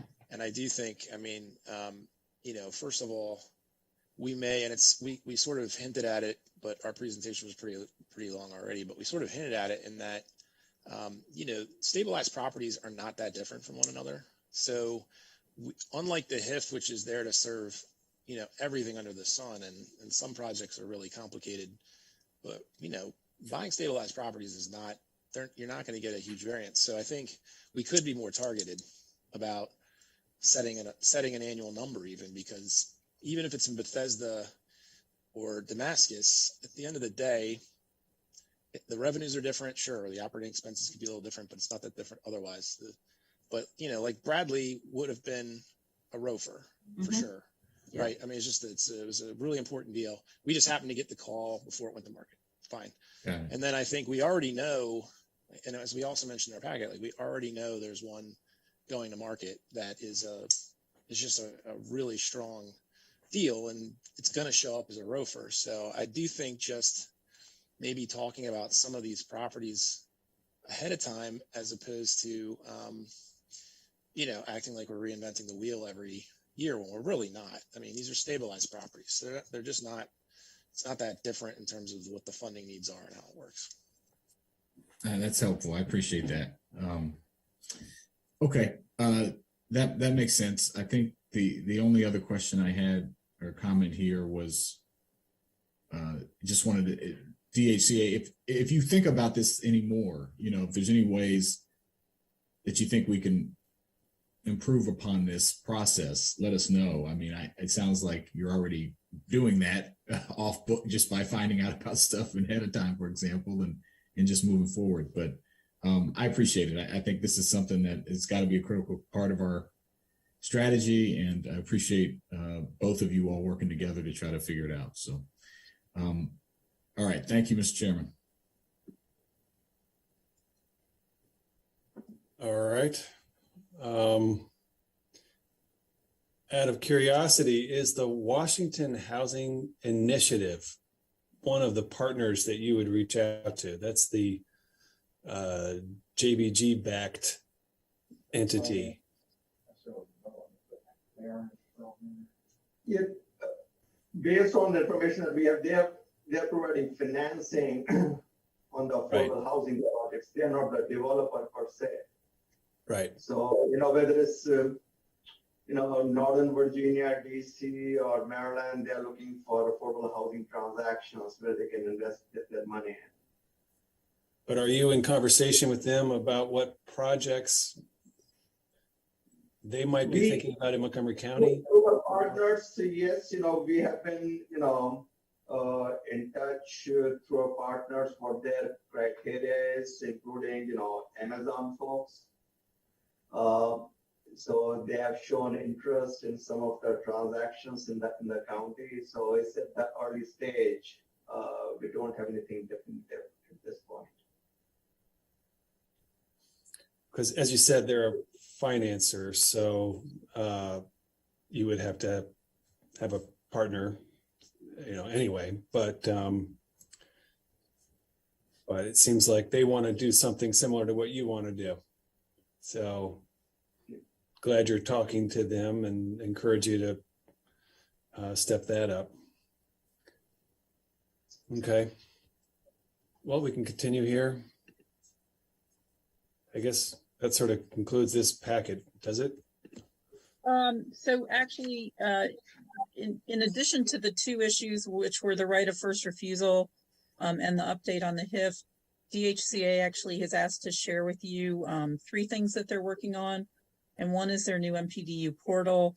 The second is the rental marketplace. And the third that was in the memo is related to a code enforcement guide. It may be that we want to do that with code enforcement, but I'll leave that up to DHCA and see how they wanted to proceed. Yeah, okay. So thank you, Linda. I was thinking that maybe we were going to do trouble property report first and then those 3 initiatives, but we can do those initiatives first. So just to let the committee know, DSCA, has been looking at ways how to help our constituents and how to get the information out in terms of, what information we actually collect as such. So what pandemic told us or showed us was, how to be creative. And one of the things that we did during pandemic, which we are still going through, is to look at our MPDU program.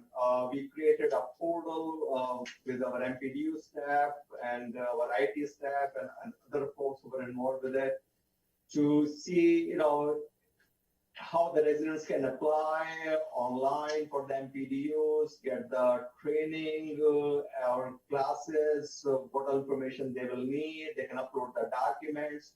So we have had, over 700,000 hits to our MPDU portal. Now, granted, in the MPDU portal, you can save the data, then you can come back. So there could be multiple hits, from the same person as such.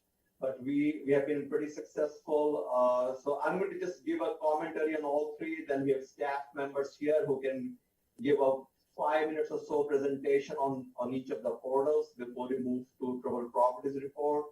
Then we also looked at our rental marketplace, and this is something Councilor Pitson that we talked about some time ago, but we made the marketplace operational. So we collect rental data on an annual basis, and that data we are sharing with our residents. It's a free service. There are other tools which are out there where you can go in and you select you can type in what area of the county you're looking for in terms of the housing, how many bedrooms, what all amenities, close to metro station, what rent level you're looking at, and you can do your search.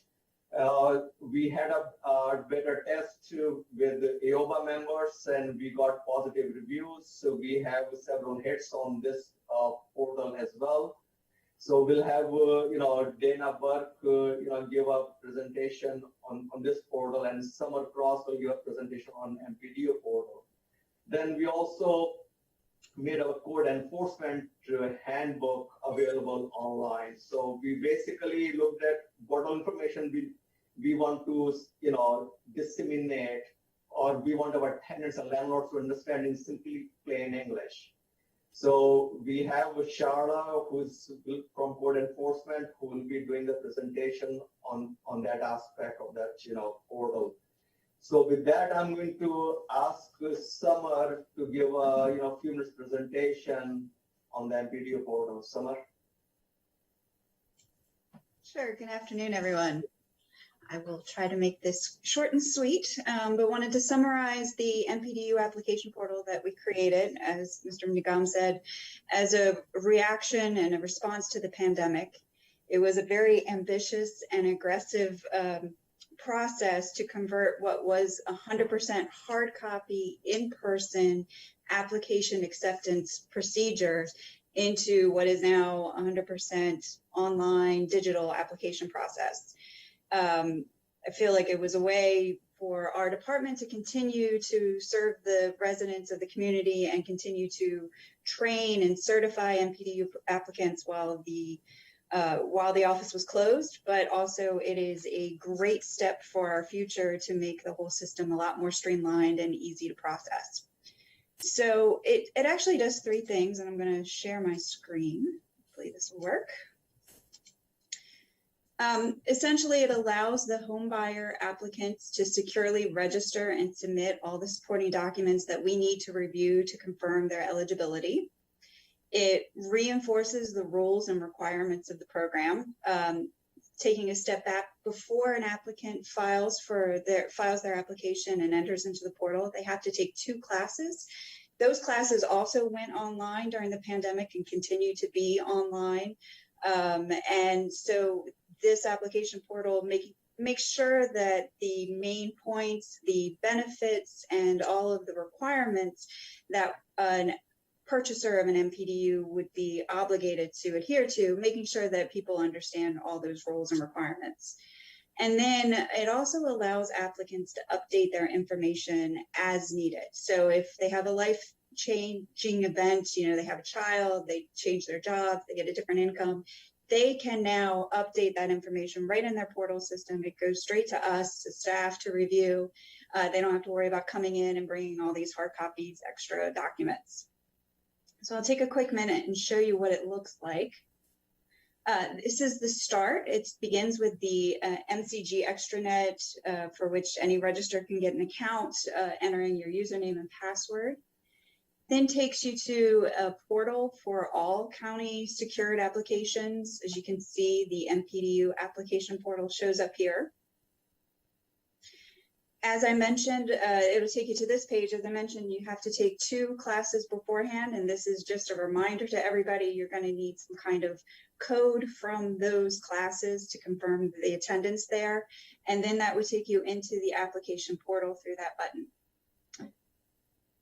Overall, the program has been live since November 2020, and it's a win-win. I think it's a win for the applicants as well as win for staff. It starts here where you can go through the application tutorial, and it shows you there's another button here to finish my application. As Director mentioned, there's the possibility to stop and start and come back. So if somebody gets distracted or doesn't have all the documents that they need, they can go get that, log out. It'll save everything, and you can come back as time permits. So as I said, the first part would be the application tutorial. There are 7 quick little reminder videos of the key important features of the NPDU program. Again, the benefits and all of the responsibilities of home ownership, and making sure people really understand what they're getting into before we start the sales process.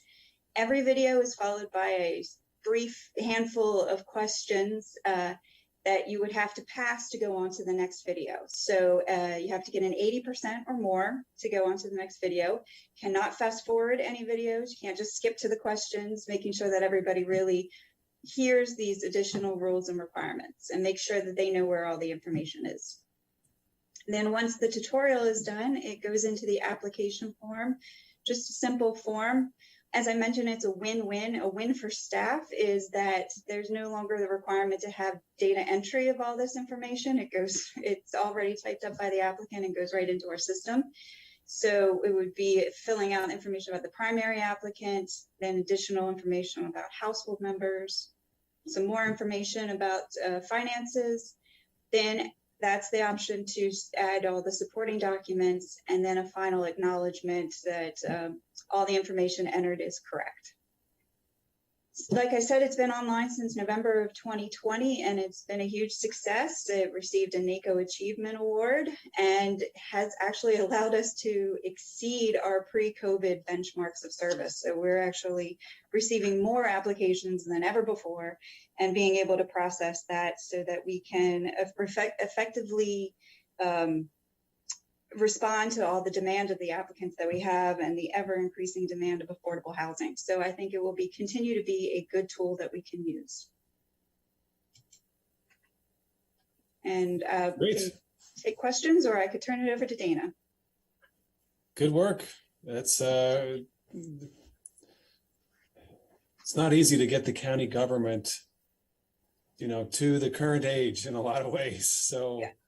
I know it's hard, and I'm sure you had to work through a lot of back end challenges.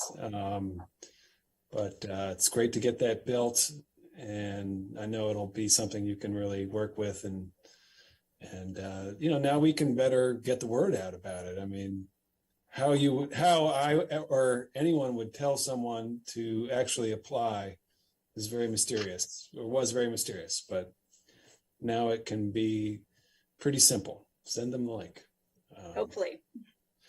Hopefully. And this covers both rental and for sale, or This is just for sale. This is just for sale, because rental is controlled by the building owner. Correct. Right. Okay. Well, great. Thank you. So next we'll have a presentation from Dana, and she will present the rental marketplace. Dana, are you online? Dana? There she is. Yeah, she is online. Maybe she's away. In the interest of the time, Sharla, I think you are online. Maybe you can go through code enforcement handbook first, and then you can come back to rental marketplace.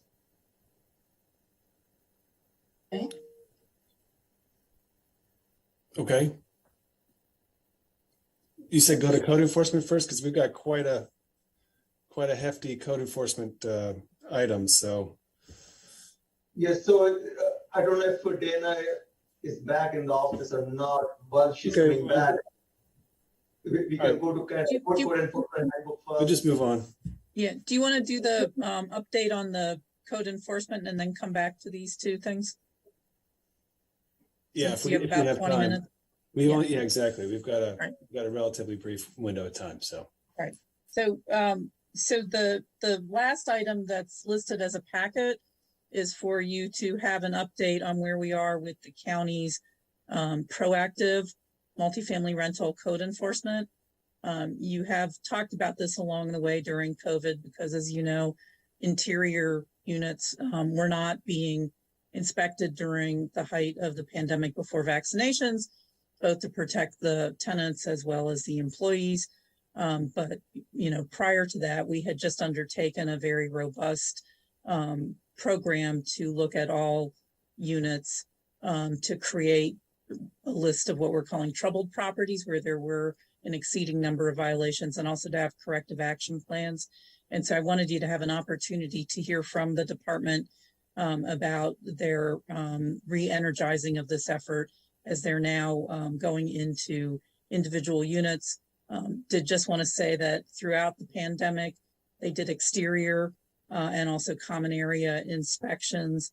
And then just also wanted to say thank you, because as the council knows, a lot of the code inspectors during the pandemic, when they couldn't be doing their regular work, were ambassadors to businesses and doing other things to help with compliance of COVID rules.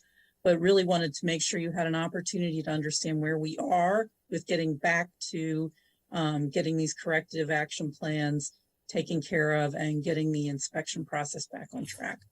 And with that, I'd turn it over to DHCA. all So right. I'm going to just quickly add, as of July of this year, we started doing regular inspections. As Linda mentioned, we had put our inspection, process on hold during the height of the pandemic for obvious reasons. But we were still doing virtual inspections or inspections for health and safety issues, for emergency issues. We were looking at common areas. We were doing outside inspections.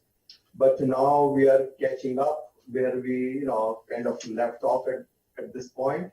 So Dan is going to update us on where we are on the FY22 fiscal year process. We did send a report to the council on September 1st on our last year, but we'll provide an update where we are since July of this year.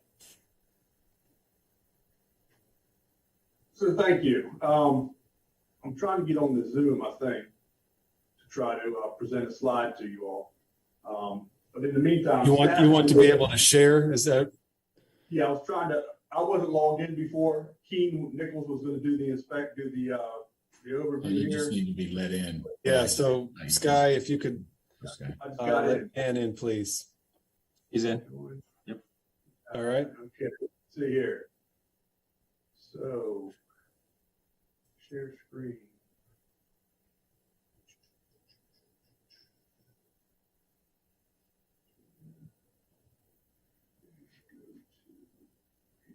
Okay. So, back one. There we go. Okay, so Can you go into the presentation mode, Dan, just so we can see it? Like, you know, click the bottom, whatever, the slideshow mode. bingo. Okay. So based on the report we provided back in September, we had some projections in there due to the case that, you know, our whole FY21 was pretty much a wash due to COVID. During that time period, we did do a lot of good work as far as exterior inspections, common area inspections. We also did the ambassador program on the reopening, you know, and some other things. You know, a lot of the common areas of these properties were inspected as well. Where we projected, we started off with 129 properties identified as trouble back during the push. Since then, we've had 42 properties that have come off the list, equating to about 508 units. Those properties that came off, 27 turned into compliant and 15 to at risk. There was about 87 properties or 6,700 units that remained on the troubled properties. That's because they're missing the CAP, which is the corrective action plan. When a property gets designated as troubled, we provide information out to them, requiring them to provide us a corrective action plan in order to, you know, show what they plan to do in order to, you know, come off of this troubled property list in one of the next cycles. So there's about 87 that are on there. We had 25 properties that we identified as newly troubled, and that total for the upcoming as of today, or as of the first, was 112 or 7,400 units. What we're doing is we're putting together a list that we will be providing, you know, once the troubled property management owners have been notified of where things are. Based on where our projections were, projections unit-wise, we projected 46, and in 22, we actually conducted 5677 units inspected. And as far as the properties, we averaged, or we estimated about 108 remaining, and we've done 137 actual inspections to date. This was as of December 1st. We've still got 7 months or so to get these numbers up even higher and keep moving these multifamily properties along. For the most part, looking at some of the data, we have within the troubled properties, there's 17 complexes that are over 100 units. There are 20 that are between 20 and 99 units. And less than 19 units, there's about 75 complexes. So we'll be publishing that information here at the beginning of the year and updating our websites and such with the current troubled properties to be able to move forward conducting these inspections. Now, keep in mind too, you know, the troubled properties is one part of it. You know, we are going into the cycle, picking up on the properties that are either at risk or compliant to get those factored into a schedule. Basically, the troubled properties has an annual inspection, 100% of the units. The at-risk is pretty much an every 2-year inspection at a percentage. We'll be reviewing the percentages as we get ready to start the property inspections. And then the compliance is typically at a every 3-year inspection. So, keep going. That's pretty much what I have for now. Okay. You know, Can you talk to me about properties that are being added to the list? What's going on there? There was about 25 properties that were added. Some of them, you know, have come on board. I don't know if I have the stats right in front of me as far as why they came on. I think some of them were on the edge during the last time. The initial inspection, they might be at risk. They may have, you know, dropped in for, you know, some violations. Basically, what we're calculating is about a 1.673 violations per unit, and with a severity index of a 1.5.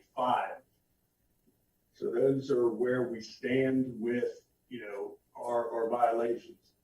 All of our violations have been coded with severity attached to them. Smoke detectors or lack of egress, those are high. Lack of utilities are high. You know, those types of health and safety violations. You know, if a unit or if a complex has, you know, a few of those, that can definitely affect the overall severity of the violations that are being counted. So, you know, it's a whole, you know, I don't have the data to figure out, you know, exactly where they went, where they came from, but we can get that information as the next couple weeks go on. Okay. I mean, are you seeing any increase of properties that are troubled because of COVID? That is still to be determined. I'm not sure that COVID would, I mean, you know, we'd have to discuss with the inspection staff to see if they're hearing a lot of, you know, problems because of COVID and not being able to, you know, conduct the maintenance, or they stalled the maintenance. You know, I don't have that right here at the time. Yeah, that was kind of what I was getting at. I mean, I guess it would take a while for smoke detectors not to, you know, be installed properly. Right. That's a multi-year kind of process, but I'm curious whether you're seeing property owners that are, you know, struggling to keep up with maintenance due to delinquencies. So sounds like you don't have any information about that at this time, but if you could look into that, I'd very much be interested to hear more about it. Okay. All right, Councilmember Jawando. Thank you. And I think, Dan, you can probably take the screen down if you don't have another Okay. right there. But good to see the number of inspections up, even in the midst of, you know, the pandemic. I think just pulling on the string that was just mentioned, you know, I think this is something we do need to revisit. It's something I'm concerned about, and we're seeing nationally too, that for a number of reasons, there are properties that are falling into disrepair. Certainly one plausible reason could be, and is, I'm sure in some scenarios, reduced rent, but there's also high demand increase, you know, as we have here for rental properties. So I think it's probably a more complex picture. And I think we need to try to get a handle on that, both in the near term and the short, in the longer, medium and long term, of why and how, and our properties are falling into disrepair, or in health and safety issues are popping up. And so if you could, you know, I think it would be productive to dig into that and have some analysis, and you can follow up later.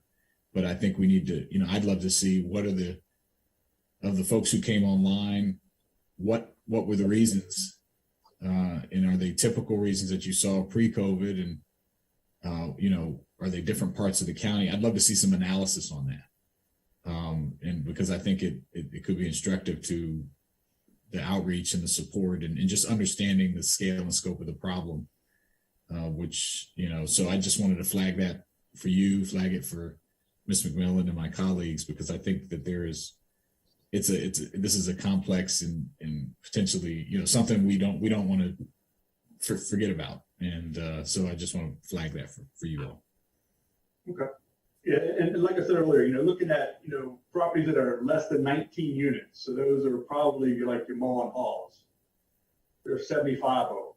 So, we can definitely start looking to see, how, where things went as far as their severity levels, try to reach out to see where some of the issues are coming from.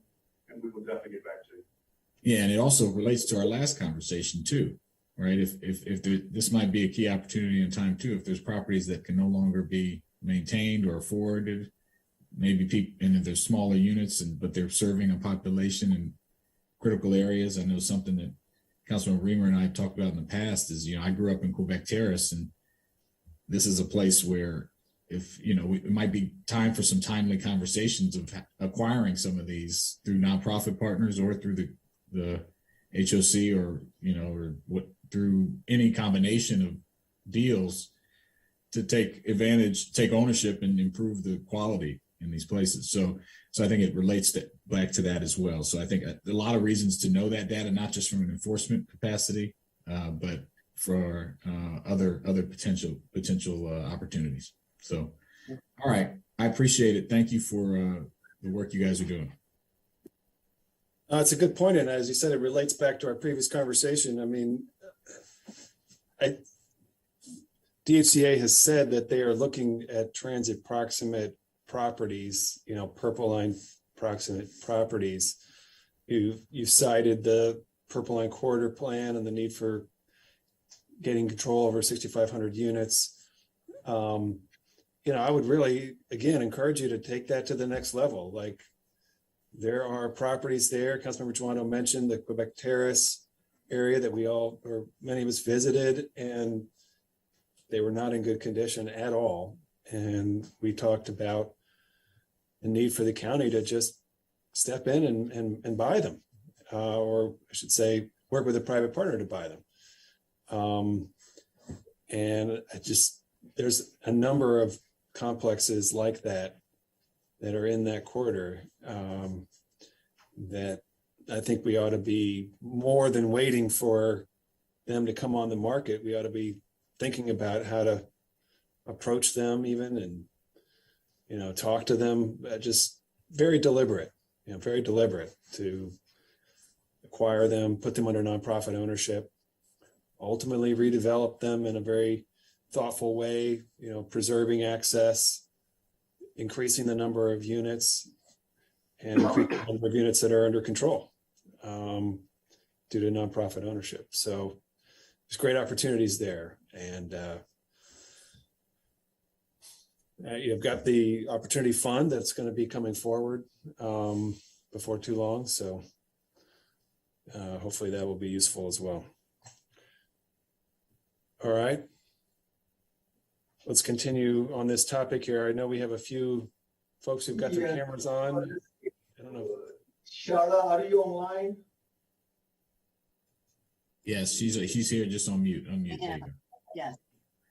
Okay, Shara, can you present the code enforcement handbook, please? I know Dana was having technical difficulties. I am here now. Oh, you're there? Okay, good. I'm under Summer. Oh, okay. All right. So let's go to rental marketplace, and then let's go to Shara about the code enforcement handbook. And if you could each introduce yourself, that would be really helpful. Okay. Good day, everyone. I am Dana Burke with DHCA's Licensing and Registration Unit.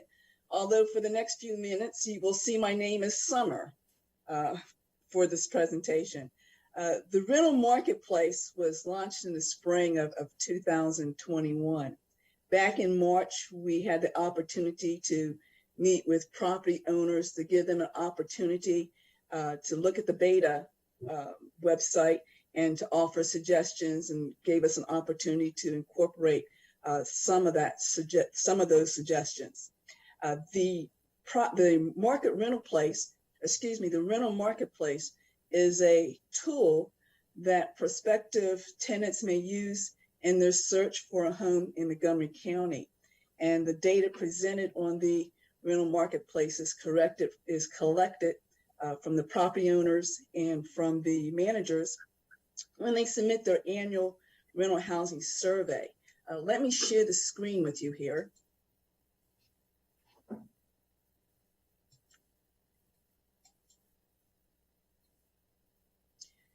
Are you able to see it? Has it come up? Not yet. Okay, wait a second. Okay, Now, got it.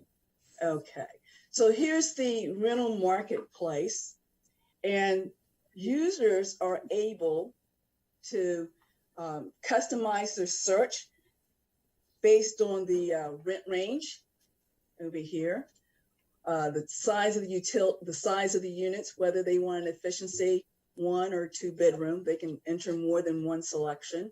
What location they would like to limit their search to. Does this include all housing units, or is it? No, it is not. It's voluntary, and it's only those people or those properties that submitted the rental housing survey. So if they did not submit the rental housing survey on time earlier this year, their information is not listed there. The information will get updated at the next survey. Okay.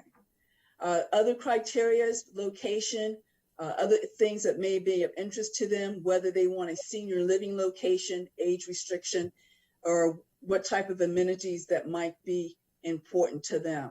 The listing that fit the criteria of all those units will show up here. If you click a site, such as the Encore, it will provide the contact information. If the property management provide the contact information, it will give you the types of leases that are available, the units and the price range for those units, whether or not pets are allowed, and if there are any restrictions.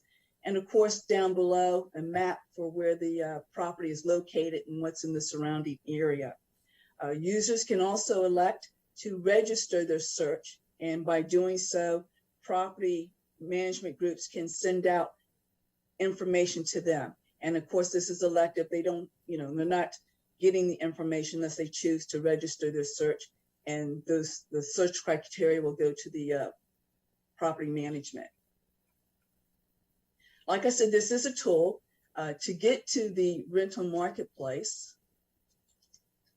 You can go to DHCA under, if I was at DHCA, hold on one moment, DHCA.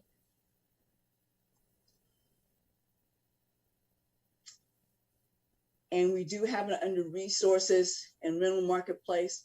Another easy way to get to the site is in any search field on any of the county websites. If you type in rental marketplace,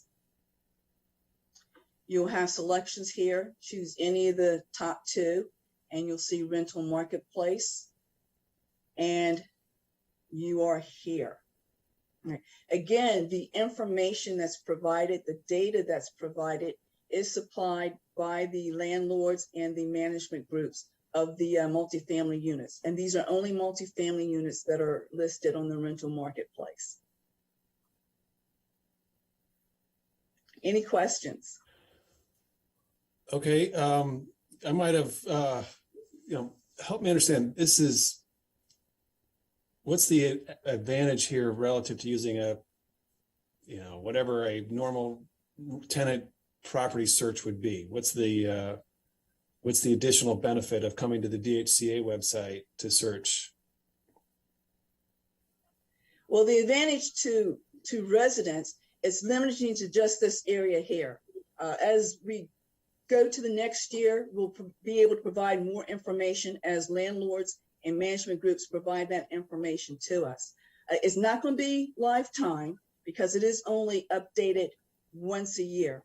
If they come to visit our site, it's just another tool for them to use.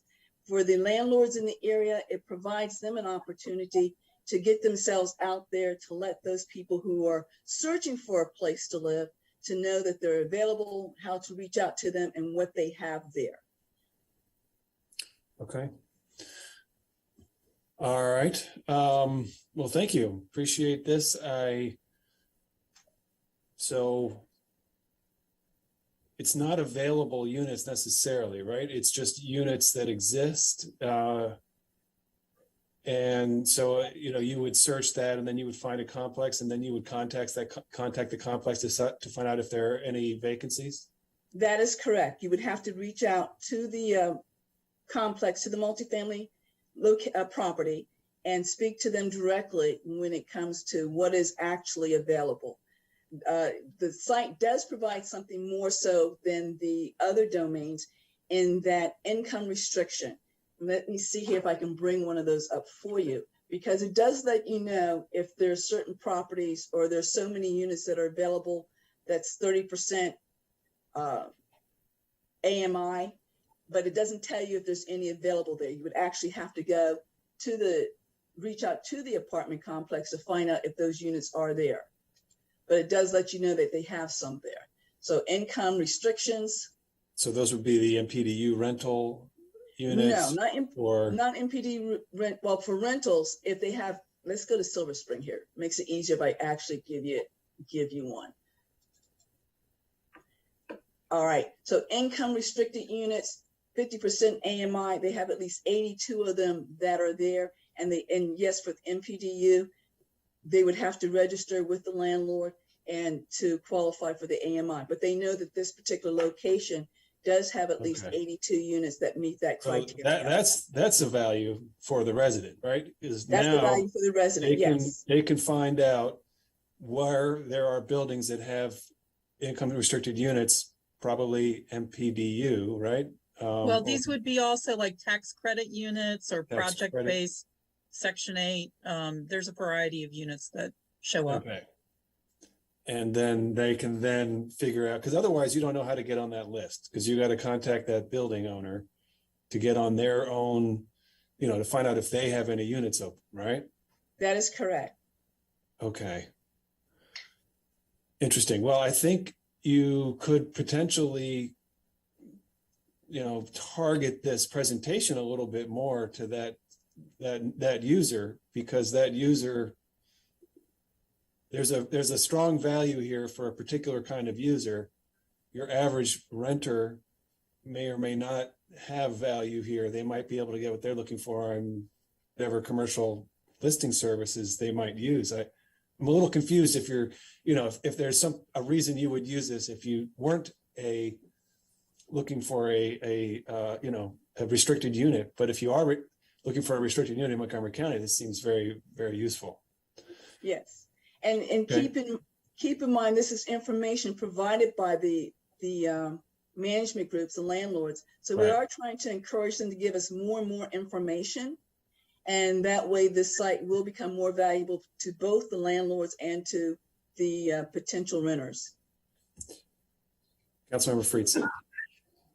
Yeah, thanks. First of all, thanks for the work. And you answered some of the questions I was going to ask that Councilmember Reamer asked here. And I do think this has value, but to more of a niche market. But I'm wondering, normally a marketplace kind of brings two sides together. This is really more informational than anything else. I'm wondering if there is, a thought or a vision for moving forward to allow and provide opportunities perhaps for prospective renters to sign up, for instance, and request that they be contacted if certain units become available. One of the issues that we hear a lot is, there isn't something available in a particular building or a particular area, and unless you're sitting at your computer and refreshing every 5 seconds, you might miss it when it becomes available. And so if there was some type of way that we could, make that connection for folks, or allow for at least the possibility for that opportunity to connect people to where the availability is, I think that could be, an opportunity to be created. the users can register their search. So there is a link there where they can click, fill in their information. And if they enter the fact that they're searching for income restricted locations, those apartment complexes will reach out to the potential renters.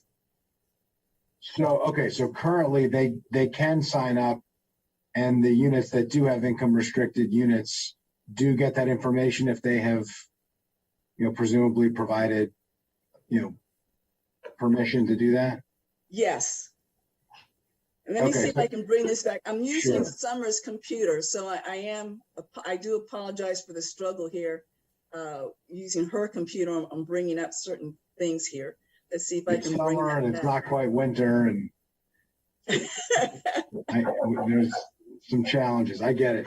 Because I think that could be a big, Councilor Reamer, you were talking about, what's the value add that's different from another site or another marketplace. That would be different than any other site that exists if there's the opportunity to sign up in a connection that we could be making, because that connection of accessing these units tends to be a real missing link that exists. Are you able to see my screen? Yes. Okay, so right here where it says register search, do you see that? Yes. All right, so here the user can enter their information, and by clicking the submit search, I agree to share my email address and phone number along with my search criteria, which would be the income restricted information, to contact me if units matching my requirements are available. So users can fill in this information, submit it, and then if they have in their search income restricted, they will be contacted by those complexes, those apartment properties. Got it. And how does that sharing of information happen? Does that happen once a week? They get a list? Does that happen as it comes in? How does that work? I believe it happens as it comes in. Remember, the information is only updated on the site once a year. So clicking that, it will go to the complex or to the property management group, and how diligent they are in responding, that I can't answer, but they should get the information. I can find that out for you as to how often or how quickly they get that information, and I will get it back to you. Yeah, if you don't mind following up on that, and then also following up on how many building units, property managers or property owners have signed up for this. When somebody clicks, register, how many places does that go to? Okay. That would be helpful. Right now, I can tell you only if they provided the contact information here, are they going to get the information? Are they going to get any of the criteria search information? If all we have listed is the address, no phone number, no email address, they will not get the search information. Got it. Yeah, so it'd be great to find out the total number. What's the universe of multifamily buildings that would be eligible for this marketplace, and then what are the number of those facilities that have provided enough information so that they can participate, so that somebody's contact information would be going to them. Okay, I will get that to you. Thank you so much. Appreciate it. Thanks for your work. All right. Great. We are very good to hear. And we hope that going forward, our constituents see the value in the portal, and this is one of the avenues where we are making the information available to our residents, the information that we collect. So well, I see how you would be able to, we often get inquiries as to how can people get access to restricted affordable housing. And as a council member, we often just say, well, contact DHCA or contact HOC, and we'll probably still encourage people to do that. But now we have a place where we can send them and say, begin your search here, and you can contact these particular properties and so on and so forth, if I'm understanding this correctly. So yes, that is what you can do here. And needless to say, anyone can do that. A church can do that, a nonprofit organization can do that, so on and so forth. Okay, great. We've got really 5 minutes. I'd like to. So we have one more presentation. Shala, are you online? Yes, I am. Hi, Azim. Hello. Okay. So Shala will go over code enforcement handbook, although there are multiple slides, but in this sort of time we'll show only a few slides. Sure. What information we are sharing with our residents. Yes. So I'm Charlotte Quintanilla, program manager with DHDA's Community Development Division. I'm really just going to present really quickly our new interactive housing and building code enforcement handbook, which is available on our code enforcement webpage in Spanish and English. And let me share my screen really quick.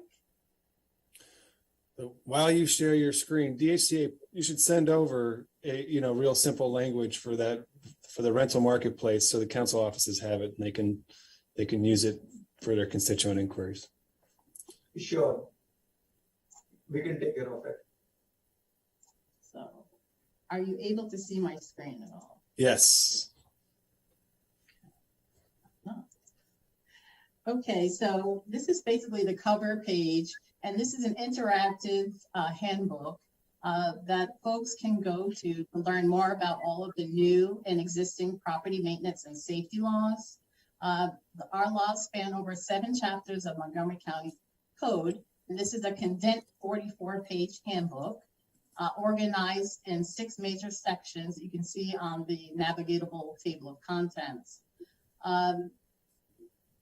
Each page throughout the guide also has links to different codes and the AM legal library that's offered in 107 languages. There are also numerous links to self-help resources.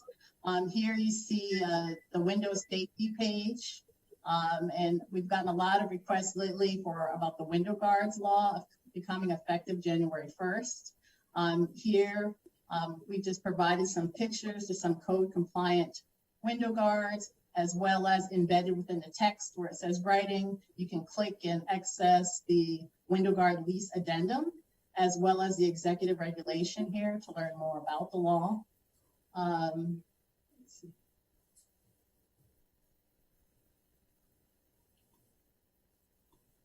And finally, I just wanted to show you really quick the page with common violations.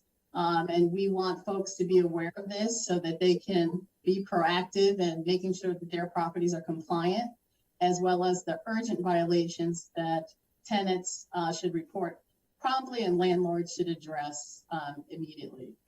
So I just encourage the public, landlords and tenants to periodically visit the handbook to help ensure that all of their needs are being met. Do you have any questions? Thank you. I'm looking at it online right now. This is very interesting. I think people will really appreciate having access to this. So it's on your DHC website. And as you said, it's full of links. And is there a different version for tenants and building owners, or is it the same version for both? It's really the same version. And we do have, like I said, we do have it in English and Spanish, but really it's just a resource where folks can go to each individual page, or if they just want to search, maybe for flyers, maybe to educate tenants there within their buildings, or even homeowners can go and figure out how to deal with infestations. There's links to, like how to deal with bed bugs and other things of that nature. So it really is meant to be a one-stop resource for all things related to code enforcement and compliance. It's awesome. Information is power. That's really terrific. Right. Thank you. Appreciate it. Thank you, Mr. Quintanilla. All right. Well, thank you. Does that conclude the DHCA? All right. Well, last but not the least, we have been at DHCA, we have been working towards issuance of our annual report. So this month we'll be issuing our annual report for FY 20 and 21. DHCA, does a lot of good work for our residents, and we want our residents to know what services are available. So after many, many years, DHCA will be issuing their annual report. So it will be online first. So we hope to issue a report sometime this month. Then hopefully we can make the paper copy available. It will need some different formatting. So it may take some time, but in the meantime, we'll make at least an online, report available. Great. So please look forward to it in the next, few weeks. Okay, we'll look for it. All right. Thanks for the great updates, and look forward to circling back on the items that we are going to circle back on. And thanks for everyone's time today. And we are Thank you very much. Thank you all. Bye-bye. Happy holidays.